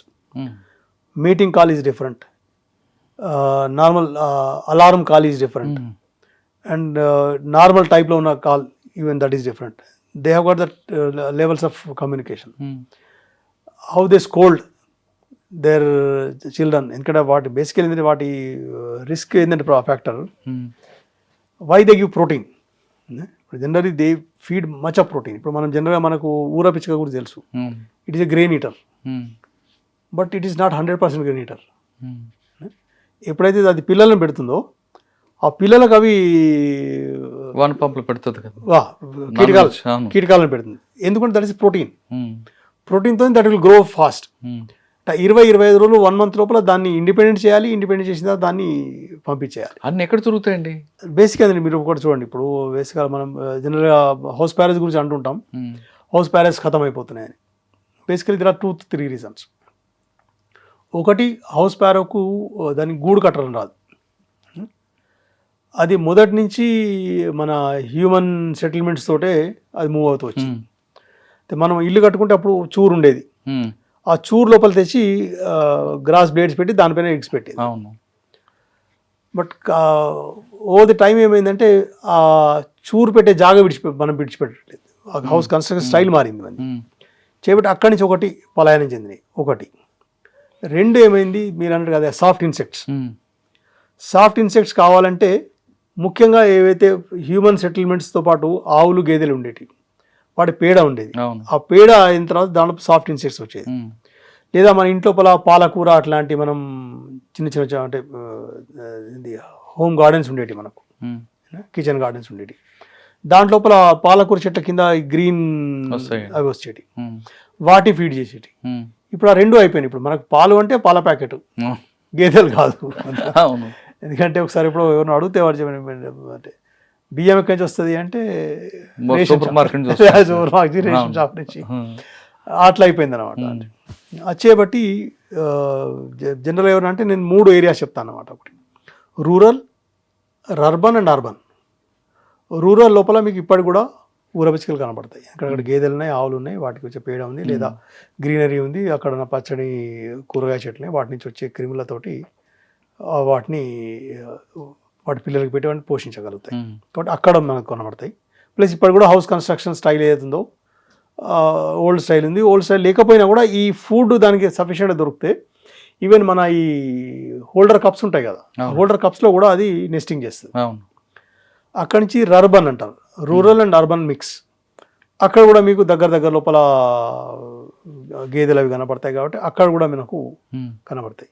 Then coming to urban, అక్కడ దీని అసలు ఫుడ్ మిస్ అవుతుంది. వాటి నెస్టింగ్ చేసిన తర్వాత వచ్చే వాటి ఎగ్స్ హ్యాచ్లింగ్స్ ఏవైతే వస్తాయో వాటికి ఫుడ్ ఇక్కడ మిస్ అవుతుంది అర్బన్ లోపల. అది చేయబట్టి you are not finding any house sparrows in pure urban areas. అది అట్లా అయిపోయి మెల్లమెల్లగా క్షీణించడం అవుతుంది. Plus urban area, urban style of living పెరుగుతూ పోతుంది. అది చేయబట్టి అవి మెల్లమెల్లగా ఇంకా రూరల్ సెట్టింగ్స్ ఎక్కడైతే ఉన్నాయో అక్కడ వరకే సీమితం అవుతున్నాయి. సార్ అన్ని బర్డ్స్ కూడా ఒకేలాగా మీటింగ్ అవ్వట్టుగా నిజం అంటారు? అన్ని బర్డ్స్ కూడా ఒకేలాగా ఎగ్స్ పెట్టమంటారు? ప్రతిదాని ఎగ్ కలరేషన్ డిఫరెంట్ ఉంటుంది, సైజ్ డిఫరెంట్గా ఉంటుంది. బేసిక్గా ఏంటంటే మీరు ఒకటి సింపుల్గా చూడండి, చిన్నగా పెట్టిన ఎగ్స్ ఏవైతే అవి కొన్ని ఎక్కువ సైజులో పెడతాయి, పెద్ద బర్డ్స్ తక్కువ ఎగ్స్ని పెడతాయి. ప్రీడేటర్స్ ఇట్స్ జనరల్ ఫెనామినా అండి అది కూడా. ప్రీడేటర్స్ తక్కువ పెడతాయి అంటే మనకి ఫుడ్ చైన్ ఉంటుంది కదా, ఆ ఫుడ్ చైన్ లాగానే నెంబర్స్ అదే తిరిగి తగ్గుతూ పోతాయి. ఇప్పుడు మనం చిన్న బర్డ్స్ చూస్తే చాలా ఎక్కువ ఉంటాయి, ప్రీడేటర్స్ చూస్తే తక్కువ ఉంటాయి అన్నమాట. అది mainly depends upon that food web ఏదైతే ఉంటుందో, ఆ ఫుడ్ పిరమిడ్ అయితే ఆ ఫుడ్ పిరమిడ్ ప్రకారంగానే అవి బ్రీడింగ్ చేస్తాయి అన్నమాట. అట్లే టైగర్స్ కూడా అంతేనో, టైగర్స్ కూడా 2-3 కంటే ఎక్కువ ఉండవు. అదే మీరు డియర్స్కి వచ్చిన అనుకోండి, డియర్కి వస్తే ఎవ్రీ ఇయర్ అది 2 సార్లు పిల్లలు పెడుతుంది. టైగర్ ఆల్మోస్ట్ ఇయర్లీ వన్స్ పిల్లలు పెడుతుంది. ఆల్మోస్ట్ ఒక 4 నుంచి 5 కూడా పెట్టిన ఇన్స్టెన్సెస్ ఉన్నాయి. బట్ 5 పెట్టినప్పుడు చాలా మటుకు సర్వైవ్ కావు, 2 నుంచి 3 ఈజీగా సర్వైవ్ అవుతాయి. సార్ ఆ పులి పిల్లలు పెట్టింది అనుకోండి, రైట్, పెట్టిన తర్వాత మగ పులి ఉంటారు కదా, అంటే ఆడపులి మగపులికి దూరంగా పంపిస్తుంది అడిగి. ఎందుకంటే డెఫినెట్గా అండి, అంటే బేసిక్గా కొన్ని చోట్లలో కొద్దిగా రివర్స్ చూసినట్టు ఉంది. కొన్ని చోట్ల మేల్ కూడా కొద్దిసేపటి కోసం మాత్రం ఇట్ టేక్ కేర్ ఆఫ్ అనిపించింది మరి. కానీ అంటే ఎగ్జాక్ట్లీ ప్రూవ్ ఎంతవరకు చేయడం కష్టం. But otherwise female knows it very well that male tiger is territorial. దానికి ఎప్పటికీ దాని సామ్రాజ్యము, దానికి కాంపిటీషన్ ఇష్టం ఉండదు. కాబట్టి అది కొంచెం పెద్ద పెరిగిందన్న వెంటనే వాడు అటాక్ చేసే ప్రయత్నం చేస్తుంది. అది చేపట్టి ఏం చేస్తుంది అంటే ఫీమేల్ టైగర్స్ ఏదైతే ఉంటుందో it takes care of it's next generation. అది కూడా ఆల్మోస్ట్ ఒక 2 years వరకు దాంతోనే ఉంటాయి. దాని తర్వాత 2 years తర్వాత they start weaning out. Sir మీరు నెక్స్ట్ ఎక్కడికి వచ్చారు? ఎక్కడికి వచ్చినాం మనం ఆల్మోడా నుంచి ట్రైనింగ్ సెంటర్కి వచ్చినాం కదా. ట్రైనింగ్ తర్వాత ప్రతాప్గఢ్ వెళ్ళాం. ప్రతాప్గఢ్ తర్వాత I have gone to Bijnor. Okay, బిజ్నోర్లో చెప్పిన అమాన్గఢ్ ఫారెస్ట్ ఏరియా అని చెప్పిన, ఎక్కడైతే ఆ టైగర్ ఇన్సిడెంట్ జరిగింది అనేది. బిజ్నోర్ తర్వాత I gone special secretary to forest department. అక్కడ హెడ్ క్వార్టర్ లోపల సెక్రటరీలో పనిచేసిన 1 year పనిచేసిన. ఎక్కడంటే అలహాబాద్ లక్నో లోపల, లక్నో సెక్రటరీలో పనిచేసిన, స్పెషల్ సెక్రటరీగా పనిచేసిన 1 year. దాంతోనే ఒక మంచి నాలెడ్జ్ ఒకటి ఏమొచ్చిందంటే హౌ గవర్నమెంట్ వర్క్స్, అది ఒక ఐడియా వచ్చింది అక్కడ. అంటే బేసిక్గా అంటే ఎమ్మెల్యేస్ క్వశ్చన్స్ అడుగుతారు, వాటికి జవాబులు ఎట్లా చేస్తారు, ఎమ్మెల్యేలకు అంటే ఏ పవర్స్ ఉంటాయి. ఎందుకంటే డిస్ట్రిక్ట్లో ఉన్న రోజులు మనకు తెలియదు ఎమ్మెల్యే పవర్ ఏంది అనేది ఎక్కువ అర్థం కాదు. మనం ఓన్లీ అంటే పవర్ అనేది వేరేలాగా చూస్తాం తప్ప, అంటే గొడవ చేయడం అది చూస్తాం తప్ప. But they got so many powers and so many responsibilities వాళ్ళకు ఉంటాయి. వాళ్ళకి అది మనకు మంచి అవగాహన వస్తుంది. వాళ్ళు అడిగే వాడి క్వశ్చన్స్కి ఏ రకంగా జవాబు ఇవ్వాలి. ప్లస్ ఇంకోటి చాలా మటుకు ఏమంటారంటే మినిస్టర్ని పర్ఫెక్ట్ మినిస్టర్ అంటారు ఎవరైతే ఆశ్వాసన ఇవ్వరో, అష్యూరెన్సెస్, మినిమం అష్యూరెన్స్ ఇచ్చే మినిస్టర్ని they treat him as the best minister. Reason ఏంటంటే ఒకసారి ఒక మంత్రి గారి నోట్లో నుంచి ఏదైనా వెళ్ళింది అనుకో చూద్దాం, ఇక అది ఒక రాజముద్ర పడ్డట్టు. దాన్ని వాళ్ళు చేంజ్ చూపించాలి. అంటే సడన్గా అనుకోండి నేను ఎంక్వైరీ చేయిస్తాను అనుకోండి, మీరు ఎంక్వైరీ చేయిస్తా అంటే బస్ వెంటనే ఆఫీసర్ మీద మీరు ఒక టీంని పంపించి చేయించి, వీలైనంత మటుకు మంత్రి ఏం ప్రయత్నం చేస్తారంటే అల్టిమేట్లీ మంత్రి ఈజ్ అన్ ఎగ్జిక్యూటివ్ హెడ్ ఈ మొత్తం డిపార్ట్మెంట్కి. తన ఆఫీసర్స్ని మొదలు కనుక్కుంటాడు డెఫినెట్గా, ఏంది ఎట్లా జరిగింది, whether it is deliberate or whether it's normal course, అవన్నీ కనుక్కున్న తర్వాత he will try to protect the department always. మేము as a secretariat we will provide him the required information so that department and his their own officer. అంటే ఇప్పుడు మీరు చూడండి, అనవసరంగా ఒక ఆఫీసర్ని మీరు పనిష్ చేస్తే he will get discouraged and ultimately he will not, అంటే ఆ ఎంతూజియాజంతో వర్క్ చేయడం కుదరదు. దాని గురించి వాళ్ళు ఎట్లా ప్రొటెక్ట్ చేయడం అని చెప్పి అది ప్రయత్నం. అన్లెస్ డెలిబరేట్ అయితే మాత్రం yes we'll always we'll get it enquired. తర్వాత నెక్స్ట్ అది దాని తర్వాత I want to Kanpur zoological park అండి. కాన్పూర్ జూలాజికల్ పార్క్ లోపల it's called XC2 management. Zoo పార్కును నా ఈ ఫస్ట్ పోస్టింగ్ డిఫరెన్స్ ఏంటంటే అదేమో ఇన్స్టిట్యూట్ అంటే ఎక్కడ ఎనిమిది అక్కడే ఉంటుంది, మీరు దాన్ని ప్రొటెక్ట్ చేస్తుంటారు. జూ లోపల ఏంటంటే బయట ఉన్న ఎనిమల్ని ఇక్కడ తీసుకొచ్చినాం, ఇక్కడ దానికి ఆ మాహోల్ ఇవ్వాలి, ఏదైతే ఫారెస్ట్లో ఇచ్చే మాహోల్ అంటే ఇదే కష్టం అనుకుంటా కదండి. ఇక్కడ చాలా కష్టాలు ఉంటాయండి ఇక్కడ లోపల. బేసిక్ ఏంటంటే దీని లోపల ఒకటి ఎనిమల్స్ పెరిగితే కష్టం, తగ్గితే కష్టం. పెరిగితే ఏమవుతుంది, అక్కడక్కడే వాడి గొడవలు జరుగుతాయి. తగ్గితే ఏమవుతుంది, జనరేషన్ లేకుండా పోతుంది.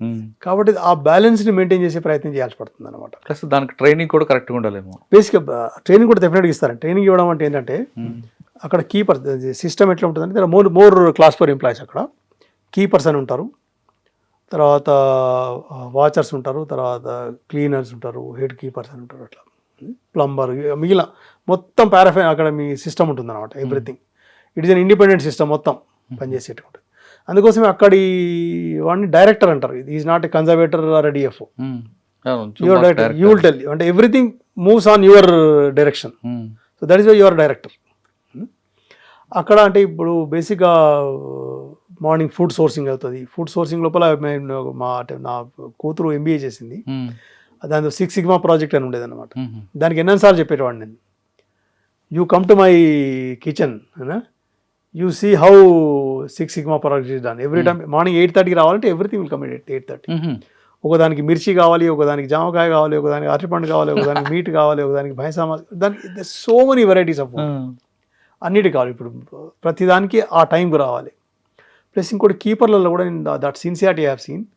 ఒకవేళ ఫుడ్ ఏ కారణంగా లేట్గా వస్తే that keeper will not leave the place till వాటి మేనేజ్మెంట్లో ఉన్న ఏదైతే ఎనిమల్స్ ఉన్నాయో వాటికి ఫుడ్ దొరికిన తర్వాత use to leave the.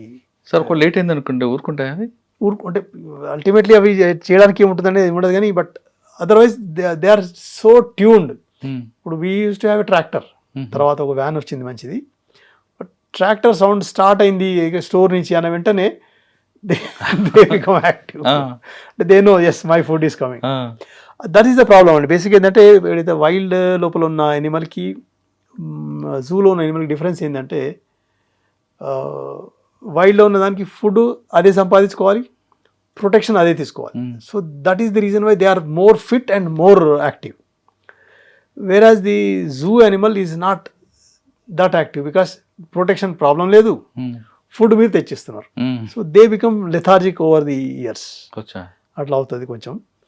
But దానికోసం కూడా ఏం చేస్తామంటే జనరల్గా ఈ కార్నివర్స్ ఉంటాయి కదా, దానికి ఒకటి వీక్లీ 1 ఆఫ్ ఉంటుంది అనమాట. జనరల్గా ఒక్కొక్క ఏరియాలో ఒకటి ఉంటుంది కావచ్చు. In Kanpur zoo it was Friday was of. Friday of కాబట్టి దానికి ఆ ఫ్రైడే అంటే ఏమైనా మనం కూడా అనుకున్న ఒకరోజు ఉపవాసం ఉంటే మొత్తం సిస్టమ్ అంతా అలాగా అవుతుంది దానికి. So when if you want to see the tiger more active, see it on Saturday అంటుంటే ఎవరైనా అడిగితే. ఎందుకంటే ఫ్రైడే నాడు మొత్తం అంతా దానికి భోజనం ఉండదు, అది ఫుడ్ కోసం ఎట్లా యాక్టివ్ ఉంటుంది అనమాట. అయితే సాటర్డే మీరు చూసారు అనుకోండి, you feel that is very active. అంటే ఇట్ ఈస్ కీపింగ్ ఆన్, అంటే నా ఫుడ్ ఎప్పుడు వస్తుంది దాని మీద ఉంటుంది అనమాట. అప్పుడు యాక్టివ్గా ఫుడ్ వెళ్ళినప్పుడు ఫ్రెండ్గా చూస్తుంది. ఓకే, కానీ ఒకవేళ అంత క్లీన్ చేయడానికి వెళ్ళినప్పుడు ఫ్రెండ్లీగా ఉంటుందా? లేదండి, దట్ వీ ఎన్ష్యూర్ ఏంటంటే know where you come in direct contact with the Animal. వాటి సెల్స్ ఎట్లా తయారు చేస్తారంటే ఒక సెల్లోకి దాన్ని పంపించి ఆ సెల్ క్లోజ్ చేసి మిగిలిన సెల్స్ క్లీన్ చేస్తారు. మిగిలిన సెల్స్ క్లీన్ చేసిన తర్వాత మళ్ళీ ఓపెన్ చేసి వేరే సెల్లోకి పంపించి చెప్పినట్టు వింటుందా? వింటుంది. That is called training actually. That is only training. దానికి ఈవెన్ అంటే అదే keepers we will not keep on changing the keepers. వాళ్ళకి వీక్లీ ఆఫ్ రోజున వేరే వాడు వస్తాడు. సార్ రెగ్యులర్గా కాకుండా వేరే వచ్చాడు అనుకున్నప్పుడు దానికి కూడా కొద్ది రోజుల తర్వాత అలవాటు పడిపోతుంది. దాన్ని కూడా ఏం చేస్తామంటే ఇప్పుడు సపోజ్ ఒక ఎక్స్-పర్సన్ ఉన్నాడు అనుకోండి, ఈజ్ ద కీపర్. ఆ ఎక్స్-పర్సన్కి వీక్లీ ఆఫ్ ఉన్నప్పుడు వాడు జనరల్ చూస్తున్నాడు. We generally try to maintain it so that ఏంటంటే దానికి ఈజీ అవడానికి. ఈవెన్ ఎస్పెషల్లీ అన్నిటికంటే పెద్ద ప్రాబ్లం ఎక్కడ అంటే ట్రీట్మెంట్. అప్పుడు treatment is very difficult for these animals. దాన్ని ఏమంటే యాంటీ ప్రిడేటరీ బిహేవియర్ అంటారు అనమాట. యాంటీ ప్రిడేటరీ బిహేవియర్ అంటే మీరు ట్రీట్మెంట్ చేయడానికి వెళ్ళిన అంతసేపు మన దాని మెయిన్ సింపుల్గా తెలిసేది ఏంటంటే అది చెప్పదు మనకు. కాబట్టి ఎప్పుడు కనుక్కుంటామంటే దాని ఫుడ్ ఇంటేక్ ఉంది, ఆ ఫుడ్ ఇంటేక్ సరిగ్గా తీసుకోవట్లేదు, then he will ring the alarm bell. ఎవరు? మన keeper rings the alarm bell. Sir ఆజ్ నై ఖాయా అంటే it means that is there is something problem. అప్పుడు వీ స్టార్ట్ డిఫరెంట్ ప్రోటోకాల్స్. అయితే they know the doctor so well. ఎవరైనా పోనీ అక్కడి నార్మల్గా కూర్చుంటుంది, but the moment doctor enters అది ఎట్లా చూపిస్తుంది అంటే that's called anti predatory behaviour. అది అంటే ఇంగ్లీష్ ఇస్తాడా భయం? అంటే అది ఆ బిహేవియర్ చూస్తాం. అప్పుడు అనుకుంటారు మా డాక్టర్ రాగానే యాక్టివ్ అయిపోయింది చూడేదని. చాలా సార్లు డాక్టర్స్ ఎట్లా అంటే వెనకాల చేతులు పెట్టుకొని నడుస్తారు అనమాట, ఇంజక్షన్ కనబడకుండా. అది కొన్ని చూస్తే చాలా మంచిగా అనిపించింది అనమాట. నేను చాలా వాళ్ళు అనేవాడు అనమాట. సార్ ఇటువంటి పన్ను అంతా కూడా ఎవరు ఎక్కువగా టైగర్లు చేస్తాయి, ఎలిఫెంట్ చేస్తాయి, అన్ని చేస్తాయి. Every Animal anti predatory behaviour అనేది అంటారు అనమాట. అది ఏంటంటే బికాస్ దాని జీన్స్ లోపల ఉంటుందేమో, అది it has to live in the forest, wild ఏరియాలో ఉండాలి. అది వీక్ ఉన్నట్టు కనబడింది అనుకోండి, దాన్ని ప్రిడేటర్ వచ్చి దాన్ని తినేస్తుంది. కాబట్టి దానికి ఎట్లా కనిపించాలంటే లేదే నేను పర్ఫెక్ట్ ఆ రకంగా చేస్తాయి అన్నమాట. అదొకటి ఇంట్రెస్టింగ్. వేరైతే అక్కడ బాగా గుర్తుండిపోయిన ఒక ఎలిఫెంట్ కానీ లేదంటే టైగర్ గురించి చెప్పండి. టైగర్స్ బేసికల్ అండి అంటే ఎటువంటి ఫన్ చేసేది అంటే ఆల్మోస్ట్ ఎవ్రీథింగ్ అన్నమాట. ఇప్పుడు నేను మూవ్ అయ్యేటప్పుడు టైగర్స్ అయినా ట్రీట్మెంట్ చేస్తే బేసికల్ ఏంటంటే మెయిన్ అన్నిటికంటే పెద్ద ప్రాబ్లం ఏంటంటే as a director you are responsible for everything and you are dealing with those animals which cannot tell anything. మీకేం చెప్పలేవు అవి, మీరు కనుక్కొని దాన్ని ట్రీట్ చేయాలి. ది ఓన్లీ మెథడ్ ఏంటి అంటే సిమ్టమాటిక్ ట్రీట్మెంట్ అంటారు. ఫుడ్ తినలేదు అంటే టెంపరేచర్ ఉందో లేకపోతే ఫుడ్ అయితే దానికి కావాల్సిన అన్నీ ఇవ్వాల్సి పడుతుంది అనమాట. మీరు దానికి పెన్సిలిన్ ఇస్తారు, తర్వాత డీవార్మింగ్ ఇస్తారు, అన్నీ ఇస్తారు అనమాట. ఏది క్లిక్ అయితే అది క్లిక్ అవుతుంది. దాని తర్వాత కొన్నిసార్లు అంటే ఎనిమల్స్ డెత్ అయినప్పుడు you are at the receiving and always because the press and other thing they become very active and ఆ రోజున it will be very big challenge for you. అంటే మీకు ఎప్పుడు తెలిసింది, ఎప్పుడు ట్రీటేషన్, ఇవన్నీ ఉంటాయి. ఇది is a very big problem. మీకు ఎప్పుడు తెలుస్తుంది అంటే అదే చెప్తున్నా అండి, zoo it is very challenging job. Animal చెప్తాను కదా, యాంటీ ప్రిడేటరీ బిహేవియర్ చేయబట్టి దానికి తల వీధికి వచ్చేంత వరకు అది చెప్పదు మనకు. అది ఇవాళ తినలేదు అంటే దాని తల మీదకి వచ్చినట్టే లెక్క.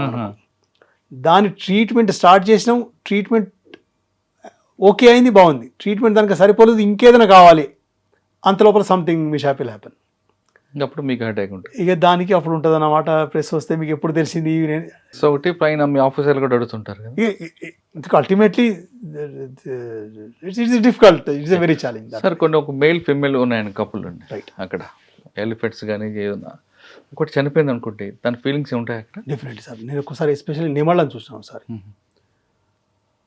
ఆల్మోస్ట్ అది ఎక్కడైతే చనిపోయి ఉండినో దాని పక్కనే కూర్చున్నది. ఆల్మోస్ట్ అంటే స్టాఫ్ వచ్చి దాన్ని క్లీన్ చేసి తీసేంతవరకు టైం ఉంటుంది కదా, అంతవరకు ఉంది. దాన్ని తీసేసిన తర్వాత కూడా అది సేమ్ స్పాట్ లోపల ఆల్మోస్ట్ ఒక 3-4 days వరకు sat on the same spot. తర్వాత నార్మల్ అయింది, కానీ బట్ అప్పుడు అనిపించింది అనమాట. అంటే ఒక ఫీలింగ్ మనకే ఉండదు, even they will have the same feeling. వాటి పేరు ఏదైతే ఉంటుందో they will have the same feeling. Sir zoo director తర్వాత ఎక్కడికి వచ్చారండి? జూ డైరెక్టర్ తర్వాత ఇక్కడికి అలహాబాద్ కన్జర్వేటర్కి వచ్చినాను. నెక్స్ట్ ఎక్కడికి వచ్చాను? జూ పోస్టింగ్ తర్వాత అలహాబాద్ అక్కడ కన్జర్వేటర్ లాగా వచ్చిన అక్కడికి నేను. దాని కింద ఒక 4 districts ఉండేటివి. ప్రతాప్గఢ్ ఏదైతే మొదట్లో పనిచేసిన ఉందో ఆ ఏరియా ఉండింది, అలహాబాద్ ప్రాపర్ ఉండింది, పక్కనే డిస్ట్రిక్ట్స్ ఉన్నాయి అన్నమాట. ఇది ఏంటంటే you are a controlling officer basically. DFO వరకు ఏంటంటే you are direct executive at the district level, వాళ్ళకి ఆ ప్రెషర్ ఉంటుంది. Here as a controlling officer you will guide them, your direction division ఇక్కడి నుంచి అక్కడ పనిచేసిన జరిగింది. మెయిన్లీ దీని తర్వాత గ్రాడ్యువల్గా ఏమైందంటే ప్లాంటేషన్ యాక్టివిటీస్ మీద ఎంఫసిస్ బాగా ఎక్కువ జరిగింది. ఓకే.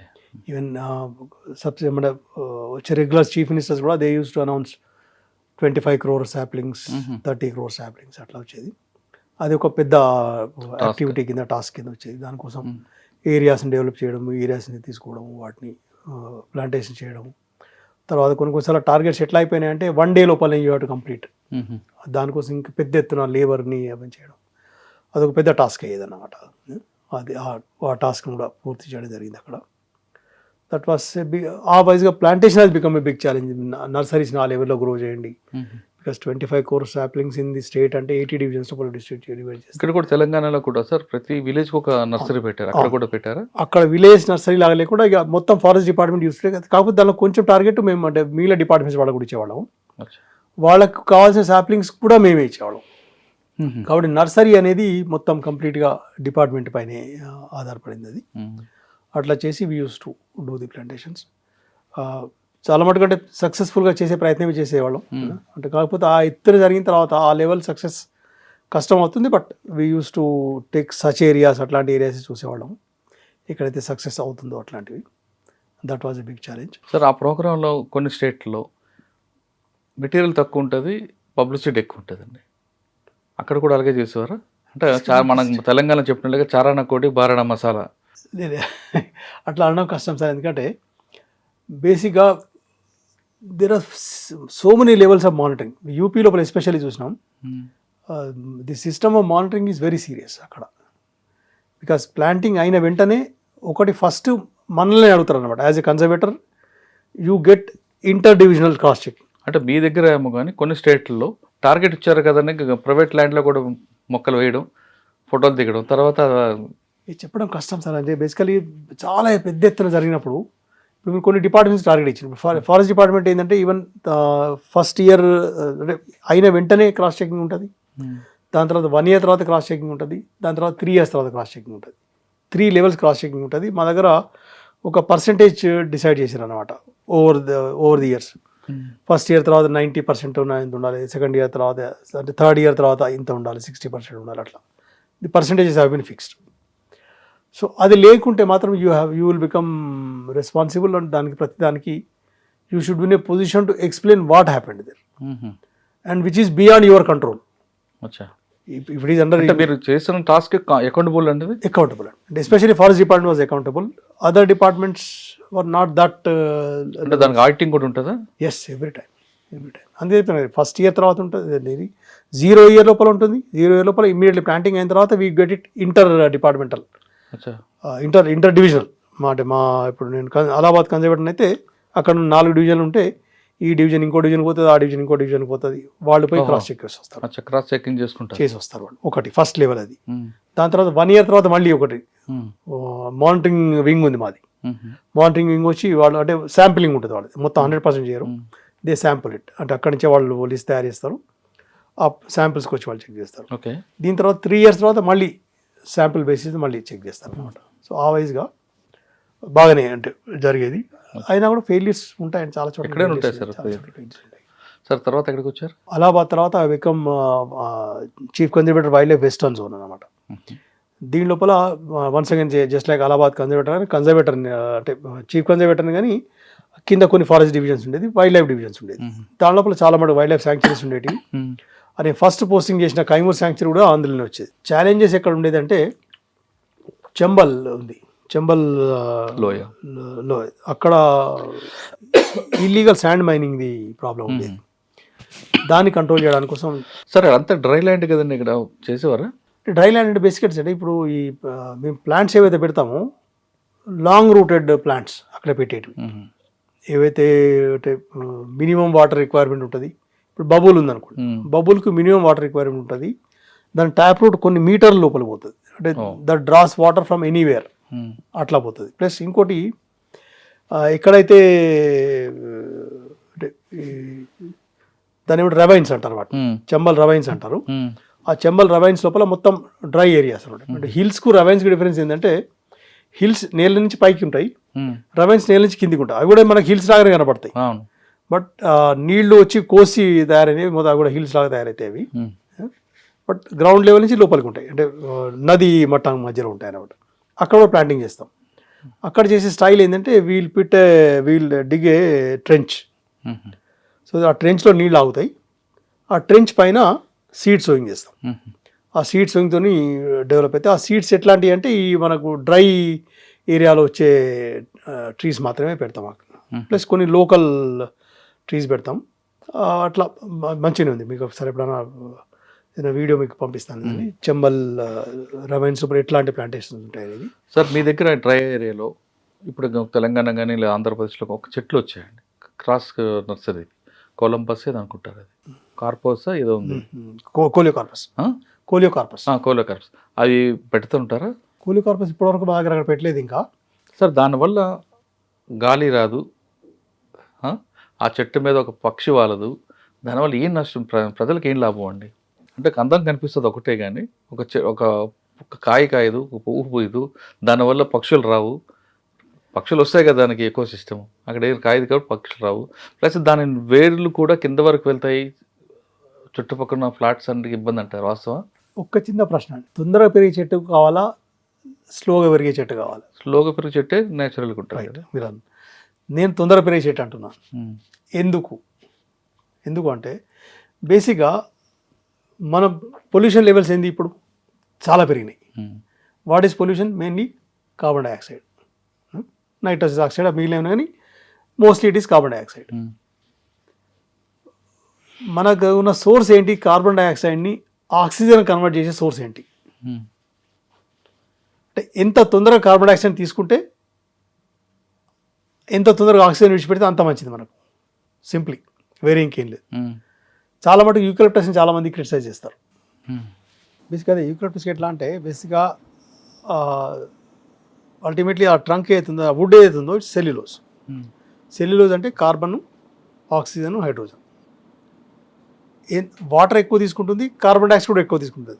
అంటే ఏంటంటే మనం పొల్యూషన్ మిటిగేట్ చేసేయడం లోపల యూకలిప్టస్ రోల్, అంటే fast growing tree role, just like conocarpus, fast growing tree role చాలా ఎక్కువ ఉంటుంది compare to slow growing tree.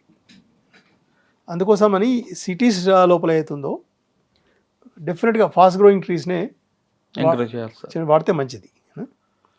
కాకపోతే ఎస్, దాంతో ఉన్న హెల్త్ హజార్డ్స్ వాటి చేపట్టి మనం you can mix the trees, అది చేయవచ్చు డెఫినెట్గా. ఇక్కడ సిటీ లోపల ఉన్న మెయిన్ ప్రాబ్లం ఏంటంటే అల్టిమేట్లీ పొల్యూషన్ని రెడ్యూస్ చేసే ప్రాబ్లం ఒకటి. ఇంకోటి చాలాసార్లు డివైడర్స్ మీద ఏం ప్రయత్నం చేస్తారంటే మిగిలిన ట్రాఫిక్ డిస్టర్బెన్స్ కాకుండా ఉండేట్టుగా ఉండే ట్రీస్, సో దట్ ఎందుకంటే అందుకోసం ఆ స్ట్రైట్గా వెళ్ళే ట్రీస్ పెట్టడానికి కారణం అదే అనుకుంటా. ట్రాఫిక్ ఎక్కువ పెంచడం వల్ల లాభమా నష్టం అంటారా? డిఫరెంట్ పొల్యూషన్ పాయింట్ ఆఫ్ వ్యూతో చూస్తే డెఫినెట్లీ లాభం. ఓకే, మనం బర్డ్స్ అవన్నీ అనుకుంటున్నాం కాబట్టి ఎస్, ఒక బర్డ్ పాయింట్ ఆఫ్ వ్యూతో చూస్తే డెఫినెట్లీ కుదరకపోవచ్చు. బట్ బర్డ్స్ కోసం కూడా you can have an alternate arrangement. మీకు పార్క్స్ డెవలప్ చేయండి, డిఫరెంట్ ప్లేసెస్ డెవలప్ చేయండి. ఎందుకంటే ఒక సింగిల్ ప్లేస్ లోపల, ఒక మీడియం లోపల బర్డ్స్ కోసం పెట్టి పెద్ద లాభం కూడా ఉండకపోవచ్చు. బికాస్ అంటే మీరు చెప్తున్నట్లుగా పొల్యూషన్ కంట్రోల్ చేయడానికి మీరు చెప్పిన చెట్టు బెస్ట్ అంటారు, కానీ ఆ చెట్టు వేర్లు కింద వరకు వెళ్ళిపోతాయి, అది అపార్ట్మెంట్ అంతా డిస్టర్బ్ అవుతుంది అంటుంటారు. It's once again it's very tough question sir. ఎందుకంటే whatever slow growing tree we are telling దాని గురించి.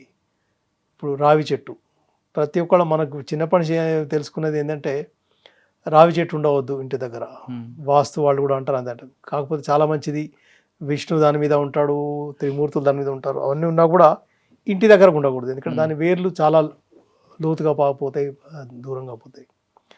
కాబట్టి డెఫినెట్గా ఈ కన్సర్న్స్ ఉన్నప్పుడు ఏంటంటే దానికి కావాల్సిన మోడిఫికేషన్ చేసుకుంటే ఉంటుంది దాని గురించి అని. అంటే మనకు అక్కడక్కడ ఆ సిచ్యువేషన్ బట్టి you can grow. But in general ఒక స్టేట్మెంట్ లాగా మనం అంటే వద్దు అనుకోవడం, ఎందుకంటే బేసికలీ మన ప్రయారిటీ ఏంటిది అక్కడ.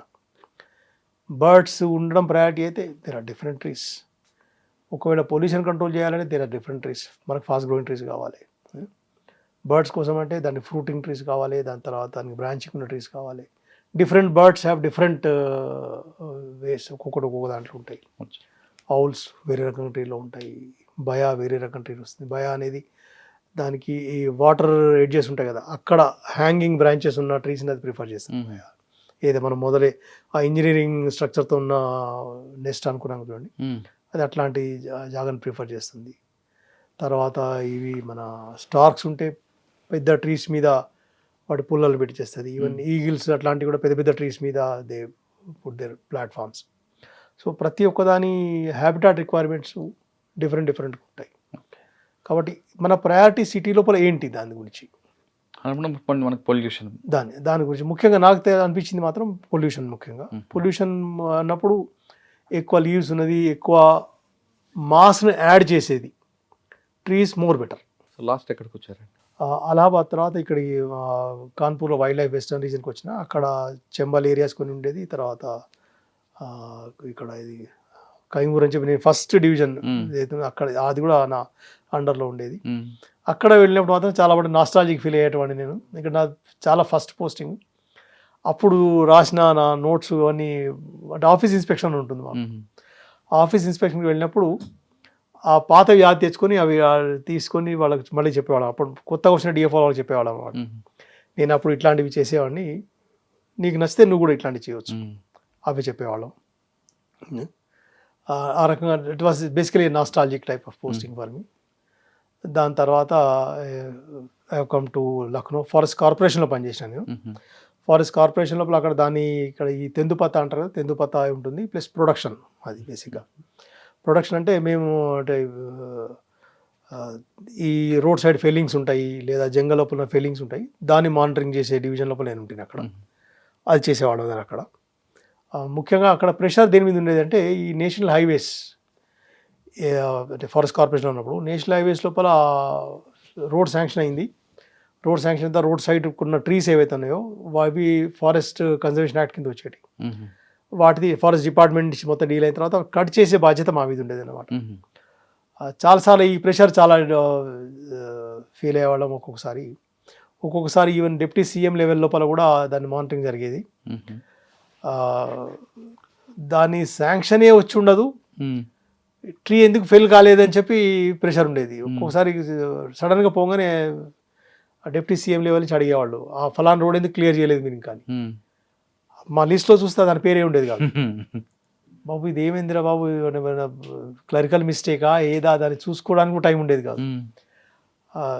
అతి కష్టం మీద వాళ్ళని రిక్వెస్ట్ చేసేవాళ్ళం, సార్ మరి వాళ్ళ రేపటి వరకు చెప్పవచ్చా అంటే కోపానికి వచ్చేవాళ్ళు. ఎందుకంటే డెవలప్మెంట్ ఈజ్ ప్రయారిటీ, వాళ్ళ రేపు చాలా మటుకు డెవలప్మెంట్ ఈజ్ ప్రయారిటీ.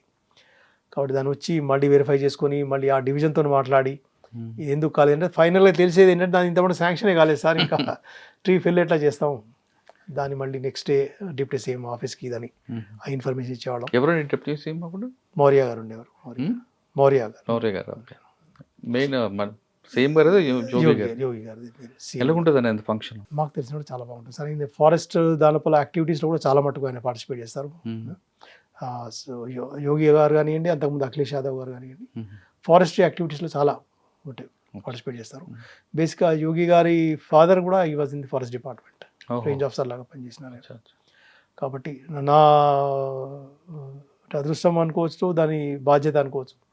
నేను లక్నోగా చీఫ్గా జాయిన్ అయిన వెంటనే ఒక 3 days తర్వాతనే CM the first programme organise చేయడం జరిగింది.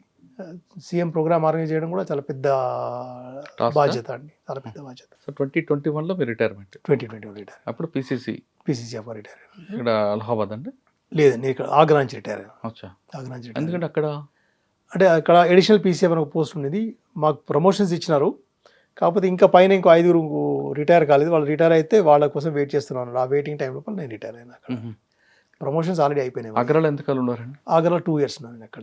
అవునండి, 2 years. తాజ్మహల్ అంత బాగా ఎంజాయ్ చేస్తారు? Definite sir. నేను అంటే నా ఫస్ట్ అక్కడ జాయిన్ అయిన వెంటనే రిటైర్మెంట్ నాది. అక్కడ కూడా మళ్ళీ నాస్టాలజిక్ అని నా ప్రొబేషన్ ఏదైతే ఉందో ఏటా అనే డిస్ట్రిక్ట్ ఉంది, అది ఆ ఏరియాలో వచ్చేది. అంటే నేను ఒక కంప్లీట్ సర్కిల్ తిరిగి వాపస్ వచ్చినాను. ఏటా అనే డివిజన్ ఉండేది, ఆ ఏటా డివిజన్ ఆగ్రా సర్కిల్లో వచ్చేది. ఇప్పుడు ఆగ్రా సర్కిల్ని మళ్ళీ డివైడ్ చేస్తూ పోతే 2 circles చేశారు. దాని మీద ఒక అడిషనల్ పీసీఎం పోస్ట్ చేశారు. ఆ పోస్ట్లో నేను ఉంటుంది. ముఖ్యంగా అక్కడ బెస్ట్ పాయింట్ ఏంటంటే ఫారెస్ట్ యాక్టివిటీస్ అయితే ఉండేటివి. అన్నిటికంటే బెస్ట్ యాక్టివిటీ ఏంటంటే అడిషనల్ పీసీఎఫ్ రెసిడెన్స్ ఏది ఉందో ఆ రెసిడెన్స్ నుంచి 300 meterల లోపలనే తాజ్మహల్ ఉండేది. దాన్ని మొత్తం ఆల్మోస్ట్ అక్కడ జాయిన్ అయిన తర్వాత నేను తాజ్మహల్ ఫోటోగ్రఫీని మార్నింగ్, మధ్యాహ్నం, evening, sun rise, sunset.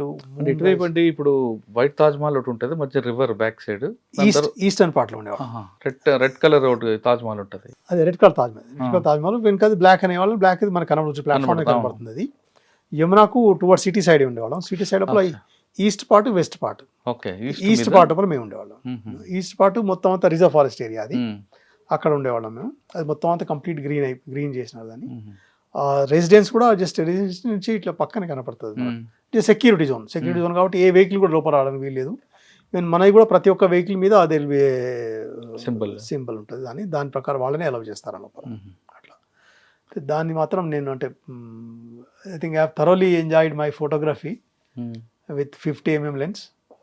Complete గా నేను తాజ్మహల్ అన్ని వెదర్ టైంలో చూసారు, అన్ని టైమ్స్ చూసాను. Summer, winter, rain. ఎవరైనా అడిగితే అదే అంటాను. ఇప్పుడు ఇవాళ రోజున మనం అదే తీయాలనుకుంటే ఒక 10 లక్షలు 20 లక్షలు పెట్టినా కూడా రాదు అది. ఎందుకంటే సన్ రైజ్ ఎప్పుడు అవుతుంది ఆ టైం నేను అక్కడ ఉన్నా, సన్సెట్ ఆ టైంకి ఉన్నా, న్యూ మూన్ రోజున ఉన్నా, ఫుల్ మూన్ రోజులో ఉన్నా, సో మెనీ డిఫరెంట్ ఫోటోగ్రాఫ్స్ అది తీసినాను. రిటైర్ అయిన తర్వాత ఏం చేస్తున్నారు? రిటైర్ అయిన తర్వాత అంటే బేసిక్గా రెగ్యులర్గా జాబ్ చేయాలని ఇంట్రెస్ట్ లేదండి నాకు. సో 1-2 ఆఫర్స్ వస్తే కూడా నేను అంటే పొలైట్గా సెట్ విన్నాడు. ఎందుకంటే కాకపోతే ఇప్పుడు ప్రస్తుతం NBA నేషనల్ బయోడైవర్సిటీ అథారిటీ ఉంది, వాళ్ళు దే హ్యావ్ సర్టన్ కమిటీస్. ఒక కమిటీకి నేను చైర్మన్గా ఉన్నాను ఇప్పుడు అక్కడ. ఇది బేసికలీ వాళ్ళు బయాలజికల్ రిసోర్సెస్ ఉన్నాయి, బయోడైవర్సిటీ యాక్ట్ ప్రకారంగా ఎవరైతే బయాలజికల్ రిసోర్సెస్ వాడతారో అక్కడ ఎవరైతే వాటిని కన్జర్వ్ చేస్తున్నారో వాళ్ళకి దీనిలో వచ్చిన బెనిఫిట్స్ని వాళ్ళకి కొంచెం రీప్ చేయాల్సి పడుతుంది. సో అయితే బయాలజికల్ రిసోర్స్ ఇది అవుతుందా కాదా అది డిసైడ్ చేసే దానికోసం ఒక కమిటీ తయారు చేసినారు. దాని లోపల చాలామంది సైంటిస్టులు ఉన్నారు. ఇక్కడ మన అక్కడ రీజనల్ రీసెర్చ్ ల్యాబొరేటరీస్ ఉన్నాయి కదా, మన అక్కడి నుంచి ఉన్నారు, CCMB నుంచి ఉన్నారు, పూణే నుంచి NCL పూణే నుంచి ఉన్నారు, అక్కడ చెన్నై యూనివర్సిటీ నుంచి ప్రొఫెసర్స్ ఉన్నారు. అదొక కమిటీ ఉంది, దానికి నేను చైర్మన్ని. వాళ్ళు అంటే NBA ఏం చేస్తుందంటే మీకు ఒక లిస్ట్ ఆఫ్ బయో రిసోర్స్ ఇస్తుంది అన్నమాట. ఎవరైతే అప్లికేషన్ ఇస్తారో వాళ్ళు they claim that this is not a bio resource. మేము దాన్ని ఎనాలిసిస్ చేసి whether is a bio resource or not. Biological diversity act ప్రకారంగా bio resources, derivatives, value added products అని 3 రకాలు డిఫైన్ చేసినారు. వాల్యూ యాడెడ్ ప్రోడక్ట్స్ మీద ఏమీ బెనిఫిట్స్ రీప్ చేసే అవసరం లేదు. మిగిలిన డెరివేటివ్స్ మీద నువ్వు బయో రిసోర్సెస్ మీద ఇవ్వాల్సి పడుతుంది.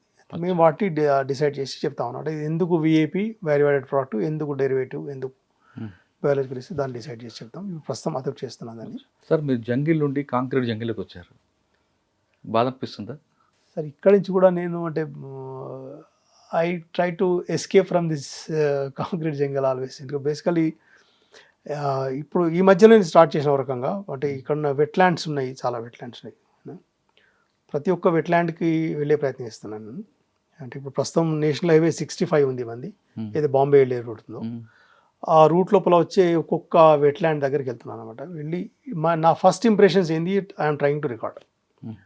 మొత్తం దాన్ని థరోగా రీసెర్చ్ చేసే టైం దొరకలేదు, బట్ ఇవాళ దీనికి వెళ్తున్నాను, నెక్స్ట్ ఒక 2-3 days ఇంకో దానికి వెళ్ళి అక్కడ ఏమేమి బర్డ్స్ కనబడ్డాయి, ఏం బర్డ్స్ కనబడట్లేదు నాకు అక్కడ కనబడ రీసెర్చ్. అది research it's my first opinion అంతే, అట్లా చేస్తున్నాను అనమాట. చూద్దాం దాంతో ఏమవుతుందో నాకు. It's a without any aim and goal. Okay, I'm simply going and observing. Photography hobby ఎట్లా కాబట్టి అట్లా టైం పాస్ జర్నీ చేస్తారని ఆల్మోస్ట్ ఆల్టర్నేట్ డే చేస్తున్నాను. ఓకే, మీరు పక్షుల మీద తిరుగుతున్నారు, కానీ మీకు పొద్దున లెగ్గానే పిచ్చుకల సౌండ్తో లేచే మీరు ఇక్కడ కారు హార్న్తో లెగాల్సి వస్తుంది కదా. ఇట్స్ డిఫికల్ట్ అండి, ఎందుకంటే ఇట్స్ ఎయిదర్ వే అండి. ఒకటి I have come home coming, నాకు అది రిటైర్మెంట్ తర్వాత even that happiness is there for me. Definitely అంటే సిటీస్ ఒక రకంగా సిటీ లైఫ్కి అలవాటు కూడా పడిపోయినాం అనుకుంటా. ఐ నాట్ నో, మళ్ళీ విలేజ్ పోయి ఉండడం ఉంటుంది కాబట్టి. కానీ కాకపోతే ఏజ్ వస్తున్నా కొద్దిగా హెల్త్ ప్రాబ్లమ్స్ కానీ ఏది కానీ అది చేయబట్టి ఏమనిపిస్తుంది అంటే somewhere near some medical facility ఉంటే బాగుంటుంది అనిపిస్తుంది. బట్ దీని నుంచి ఎస్కేప్ అయ్యే రూట్ మాత్రం ఐ హ్యావ్ సర్చ్డ్ అండి. ఇప్పుడు ఇక్కడ మన తెలంగాణ లోపల దెర్ ఆర్ అబౌట్ 400+ బర్డ్స్ ఉన్నాయి. ఇక్కడికి వచ్చినప్పటి నుంచి ఆల్మోస్ట్ 181 బర్డ్స్ ఇంత మట్టుకు నేను చూసారు, తెలంగాణలో చూసినాను. అదర్వైజ్ ఇండియాలో చూసుకుంటే 1300 బర్డ్స్ ఉంటాయి, ఆల్మోస్ట్ 523. సార్ 430 అంటున్నారు తెలంగాణ, 130 మీరు చూసారు. మిగతావి అంటే అదే ప్రయత్నంలో ఉన్నాను అన్నమాట. ప్రయత్నంలో ఉన్నారా లేదా అవి కనుమరుగు అయిపోయి అంటారా? లేదు, కనుమరు కాలేదు. అంటే ఇప్పుడు డిఫరెంట్ హ్యాబిటాట్స్ ఉన్నాయి మన దగ్గర. తెలంగాణ ఈజ్ ఆల్సో బ్లెస్డ్ అండి, చాలా ఇట్స్ బ్లెస్డ్ ఏరియా. మీకు హిల్స్ ఉన్నాయి, తర్వాత వ్యాలీస్ లాగా ఉన్నాయి, రివర్ సిస్టమ్స్ ఉన్నాయి, వెట్లాండ్స్ ఉన్నాయి. నల్లమల రీజెస్ ఉన్నాయి, ఫారెస్ట్ ఉన్నది, వెస్టర్న్ ఘాట్స్ కంటిన్యూషన్ మీ దగ్గర ఉంది ఇంకా. అట్లా ఇవన్నీ చేయబట్టి ఇప్పుడు బేసిక్ ఏంటంటే బర్డ్స్ మీరు ఒక డిఫరెంట్ ఏరియా కొంచెం డిఫరెంట్ హ్యాబిటాట్ పోయిన అనుకోండి ఇంకో బర్డ్ కనబడుతుంది, కొంచెం డిఫరెంట్ హ్యాబిటాట్ ఇంకో బర్డ్ కనబడుతుంది మనకు. అట్లా ఎన్ని హ్యాబిటాట్స్ మనం కవర్ చేసుకుంటూ పోతే అన్ని కనబడుతూ పోతాయి. అంటే మీరు తెలంగాణలో చూసిన దాంట్లో ఎక్కువ ఏ ప్రాంతం నల్లమల్లి ఉందంటారా, లేదంటే కవ్వాల్ టైగర్లో ఉందా, లేదంటే కిన్నెరసానిలో ఉందా, ఎక్కడ కనిపిస్తుంటుంది ఎక్కువ? ప్రతి చోట ఒక డిఫరెంట్ నిష్ ఉంటుందండి దానికి. అక్కడ ఇప్పుడు తెలంగాణలో డిఎఫ్ఓలు అందరూ కూడా కాంపిటీషన్ అయిపోయారండి. టూరిజం డెవలప్మెంట్ మీద ఎక్కువ ప్రయారిటీ ఇస్తున్నారు. నల్లమల డిఎఫ్ గారు ఒక ప్రాజెక్ట్ తీసుకున్నారు, అదేవిధంగా ఖమ్మం ఒక ప్రాజెక్టు, ములుగు ఒక ప్రాజెక్టు, కవ్వాల్ టైగర్స్, కిన్నెరసాని, వీళ్ళు టూరిజం డెవలప్ చేస్తూ చేసుకెళ్తున్నారు. అంటే మీరు కానీ అన్ని ప్రాంతాలు తిరిగి ఈ ప్రాంతంలో ఈ బర్డ్స్ ఉంటాయంటే అక్కడ బర్డ్స్ వాక్ పెట్టడానికి కూడా వాళ్ళు సిద్ధంగా ఉన్నారు. దెర్ ఇస్ నో ఏరియా ఎక్కడైతే బర్డ్ కనబడదు. మనం ఇంత కాంక్రీట్ జంగల్ చేసిన తర్వాత కూడా ఒక చిన్న పూల చెట్టు పెట్టండి, మీరు ఒకటి ఒక గన్నేరు చెట్టు పెట్టండి, లేకపోతే ఒక ఎనీ మందార చెట్టు పెట్టండి, వస్తుంది పెట్ట వస్తుంది.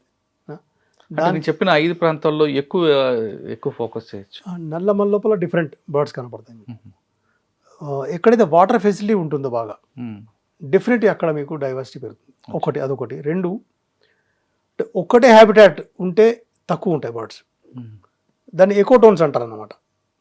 అంటే ఒక హ్యాబిటాట్ ఇంకో హ్యాబిటాట్ ఇవి 2 ఉన్నాయి. ఇది గ్రాస్ ల్యాండ్ అనుకోండి, ఇది హిల్స్ అనుకోండి. అయితే ఈ రెండింటి మధ్యలో ఈ మధ్య దాన్ని ఎకోటోన్ అంటారు. అక్కడ ఇంకో 3 రకం పక్షి కూడా కనబడుతుంది. సో ఇట్లాంటి దగ్గర ఏమవుతుందంటే డెన్సిటీ మరీ పెరుగుతుంది అక్కడ. అట్లా ఒక్కొక్క దగ్గర ఎట్లాంటి ఏరియా మనం తీసుకున్నాం అనేది. ఇప్పుడు మనం ఇక్కడ ఎన్కతల అని వచ్చినది గ్రాస్ ల్యాండ్ అండి. ఇట్స్ రిజర్వ్ ఫారెస్ట్ కాదు, ఏది కాదు. ఇక్కడ వికారాబాద్ దగ్గర మీరు అక్కడ పోతే వాటర్ బాడీ ఉంది, ఒకటి గ్రాస్ ల్యాండ్ ఉంది, ఒక చిన్న హిల్ ఉంది. మీకు వింటర్ టైంలో వెళ్తే మీకు హ్యారియర్స్ చాలా కనపడతాయి అక్కడ. ఇట్స్ ఇప్పుడు బర్డర్స్ ప్యారడైజ్ అనమాట. అట్లా వికారాబాద్ దగ్గర ఇక్కడ చిన్న ఒకటి లేక్ ఉందండి, ఇక్కడ కిస్టాడిపేట్ లేక్ అని ఉంది. అవును, మొదట్లో అమీన్పూర్ లేక్ లోపల ఇది వచ్చేది, ఫ్లెమింగో వచ్చేది. నేను అదే మొదట్లో మీకు చెప్తూ అదే అన్నా కదా. ఇప్పుడు దాన్ని డెప్త్ పెంచిన తర్వాత ఏమైంది, ఫ్లెమింగోస్ అక్కడ రావడం బంద్ చేసినాయి. ఇప్పుడు కిస్టాడిపేట్ లేక్ వస్తుంది. డైలీ ఎవ్రీ ఇయర్ ఒక లోన్ ఫ్లెమింగో వస్తుంది అక్కడికి. మేబీ ప్రాబబ్లీ దాని క్యారింగ్ కెపాసిటీకి అది అంతే సరిపోతుంది కాబట్టి ఒకటే వస్తుందేమో.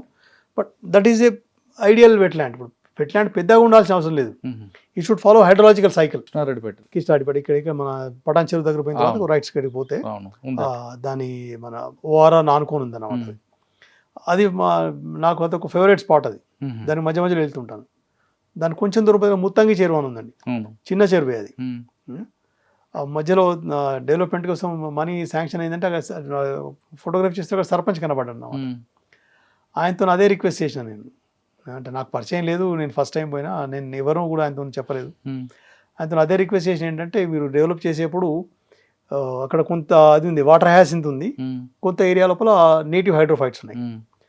దాంతో అదే రిక్వెస్ట్ చేశాను అనమాట, ఈ వాటర్ హ్యాసింత్ తీసేయండి, అది మురికి నీళ్ళ వల్ల వాటర్ హ్యాసింత్ వస్తుంది అక్కడ, దాన్ని కంట్రోల్ చేసుకొని ఆ వాటర్ ఎక్కడికైనా డైవర్ట్ చేయండి, మిగిలింది మాత్రం న్యాచురల్ ఉంచండి, ఒక్కసారి దాన్ని డీపెన్ చేసే ప్రయత్నం చేయకండి అని చెప్పి వచ్చిన. అది ఆయన ఎంతవరకు దాన్ని ఫాలో అవుతారో తెలియదు అని. కాకపోతే చిన్న చెరువు అని చాలా మంచిగా అనిపించింది. I could find jacanas. ఇప్పుడు ఇంకొక వేరే చెరువుకి వెళ్ళినా, ఇక్కడ మన పాషమైలారం లేక్ అని ఉంది, అందులో నాకు జకానాస్ కనబడలేదు.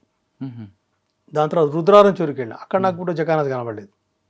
అదే ముత్తంగి చెరువులో కనబడ్డాయి. అంటే దానికి కావాల్సిన ఫ్లోటింగ్ హైడ్రోఫైట్స్ ఉన్నాయి అక్కడ, అది చేయబట్టి అవి ఉన్నాయి. అంటే మనకు కొంచెం హ్యాబిటాట్ చేంజ్ అయిందంటే బర్డ్ చేంజ్ అవుతుంది, డిఫరెంట్ బర్డ్ వస్తుంది అక్కడ. అట్లా అనమాట. Basically habitat is very important. Sir ఫైనల్గా చెప్పండి, ఈ డిపార్ట్మెంట్లో రావాలనుకున్న వాళ్ళకి మీరు ఇచ్చే మెసేజ్ ఏంటంటే, అంటే ప్రకృతి ప్రేమికులు రావచ్చా, లేదా ఎవరైనా రావచ్చా? రావడం ఎవరైనా రావచ్చు, బట్ కనీసం వచ్చిన తర్వాత ప్రకృతి దాని, బికాస్ మీ పైన ఎంత పెద్ద రెస్పాన్సిబిలిటీ ఉందంటే, entire world is going in one direction, development. And any development has some deleterious effect on environment, some or other. ఇప్పుడు ఒక ఇల్లు కడుతున్నామంటేనే ఓ చెట్టు ఏదో కొట్టాల్సి పడుతుంది. సో అట్లాంటి టైం లోపల మీరు దాని ఒక ఒక హెడ్ లాగా వెళ్తున్నారు, ఒక ముఖ్యాలాగా వెళ్తున్నారు కాబట్టి first you develop that empathy for those wild animals and the trees, greenery, then you act upon everything.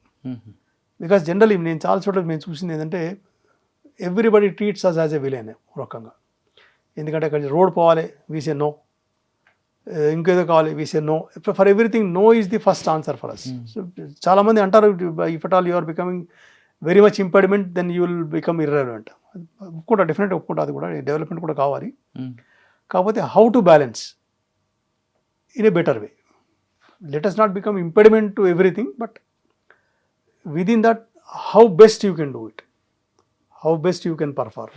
దాని ఒక రూట్ తీసి అయితే దాని ఎన్విరాన్మెంట్ ఎట్లా లాభం జరుగుతుంది, డెవలప్మెంట్ కూడా కానివ్వండి, ఆ లైన్లో పోతే బెస్ట్ ఏమో అంతే. బికాజ్ అదర్వైజ్ డెఫినెట్లీ ప్రతి ఒక్కడు డెవలప్మెంట్ అంటున్నప్పుడు మనం ప్రతిదానికి నో అంటే you probably at the end of one day you will become irrelevant. ప్రకృతి ప్రేమించే వాళ్ళందరూ కూడా ఖచ్చితంగా ఈ డిపార్ట్మెంట్ రండి అంటున్నారు కొల్లి ప్రవీణ్ గారు. ఆయన మంచిర్యాల జిల్లాలో పుట్టి ఉత్తరప్రదేశ్ రాష్ట్రంలో ప్రతి అడవిని చూశారు ఆయన. ప్రత్యేకంగా చెప్పాలంటే పక్షుల మీద ఆయనకి విపరీతం ప్రేమ ఉంది. రిటైర్ అయిన తర్వాత కూడా కొన్ని చెరువులకు వెళ్ళడం, అక్కడ ఉన్న పక్షుల ఫోటో తన కెమెరాలో బంధించడం అనేది ఒక ప్రత్యేక హ్యాపీ తీసుకున్నారు.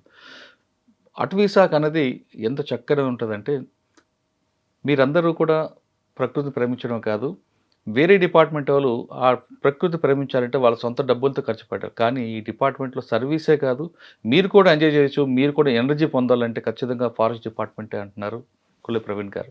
ఖచ్చితంగా మీరు అందరూ కూడా ఫారెస్ట్ డిపార్ట్మెంట్ రండి, సర్వీస్ చేయండి, భావి తరాలకు మంచి ఆక్సిజన్తో పాటు ఇవ్వండి అంటూ కొల్లి ప్రవీణ్ గారు చెప్తున్నారు. ఇది కొల్లి ప్రవీణ్ గారితో ఎక్స్క్లూజివ్ ఇంటర్వ్యూ. వచ్చే వారం మరొక ఇష్టం మళ్ళీ కలుద్దాం. త్వరగా నమస్తే. Thank you sir, thank you very much. Thank you.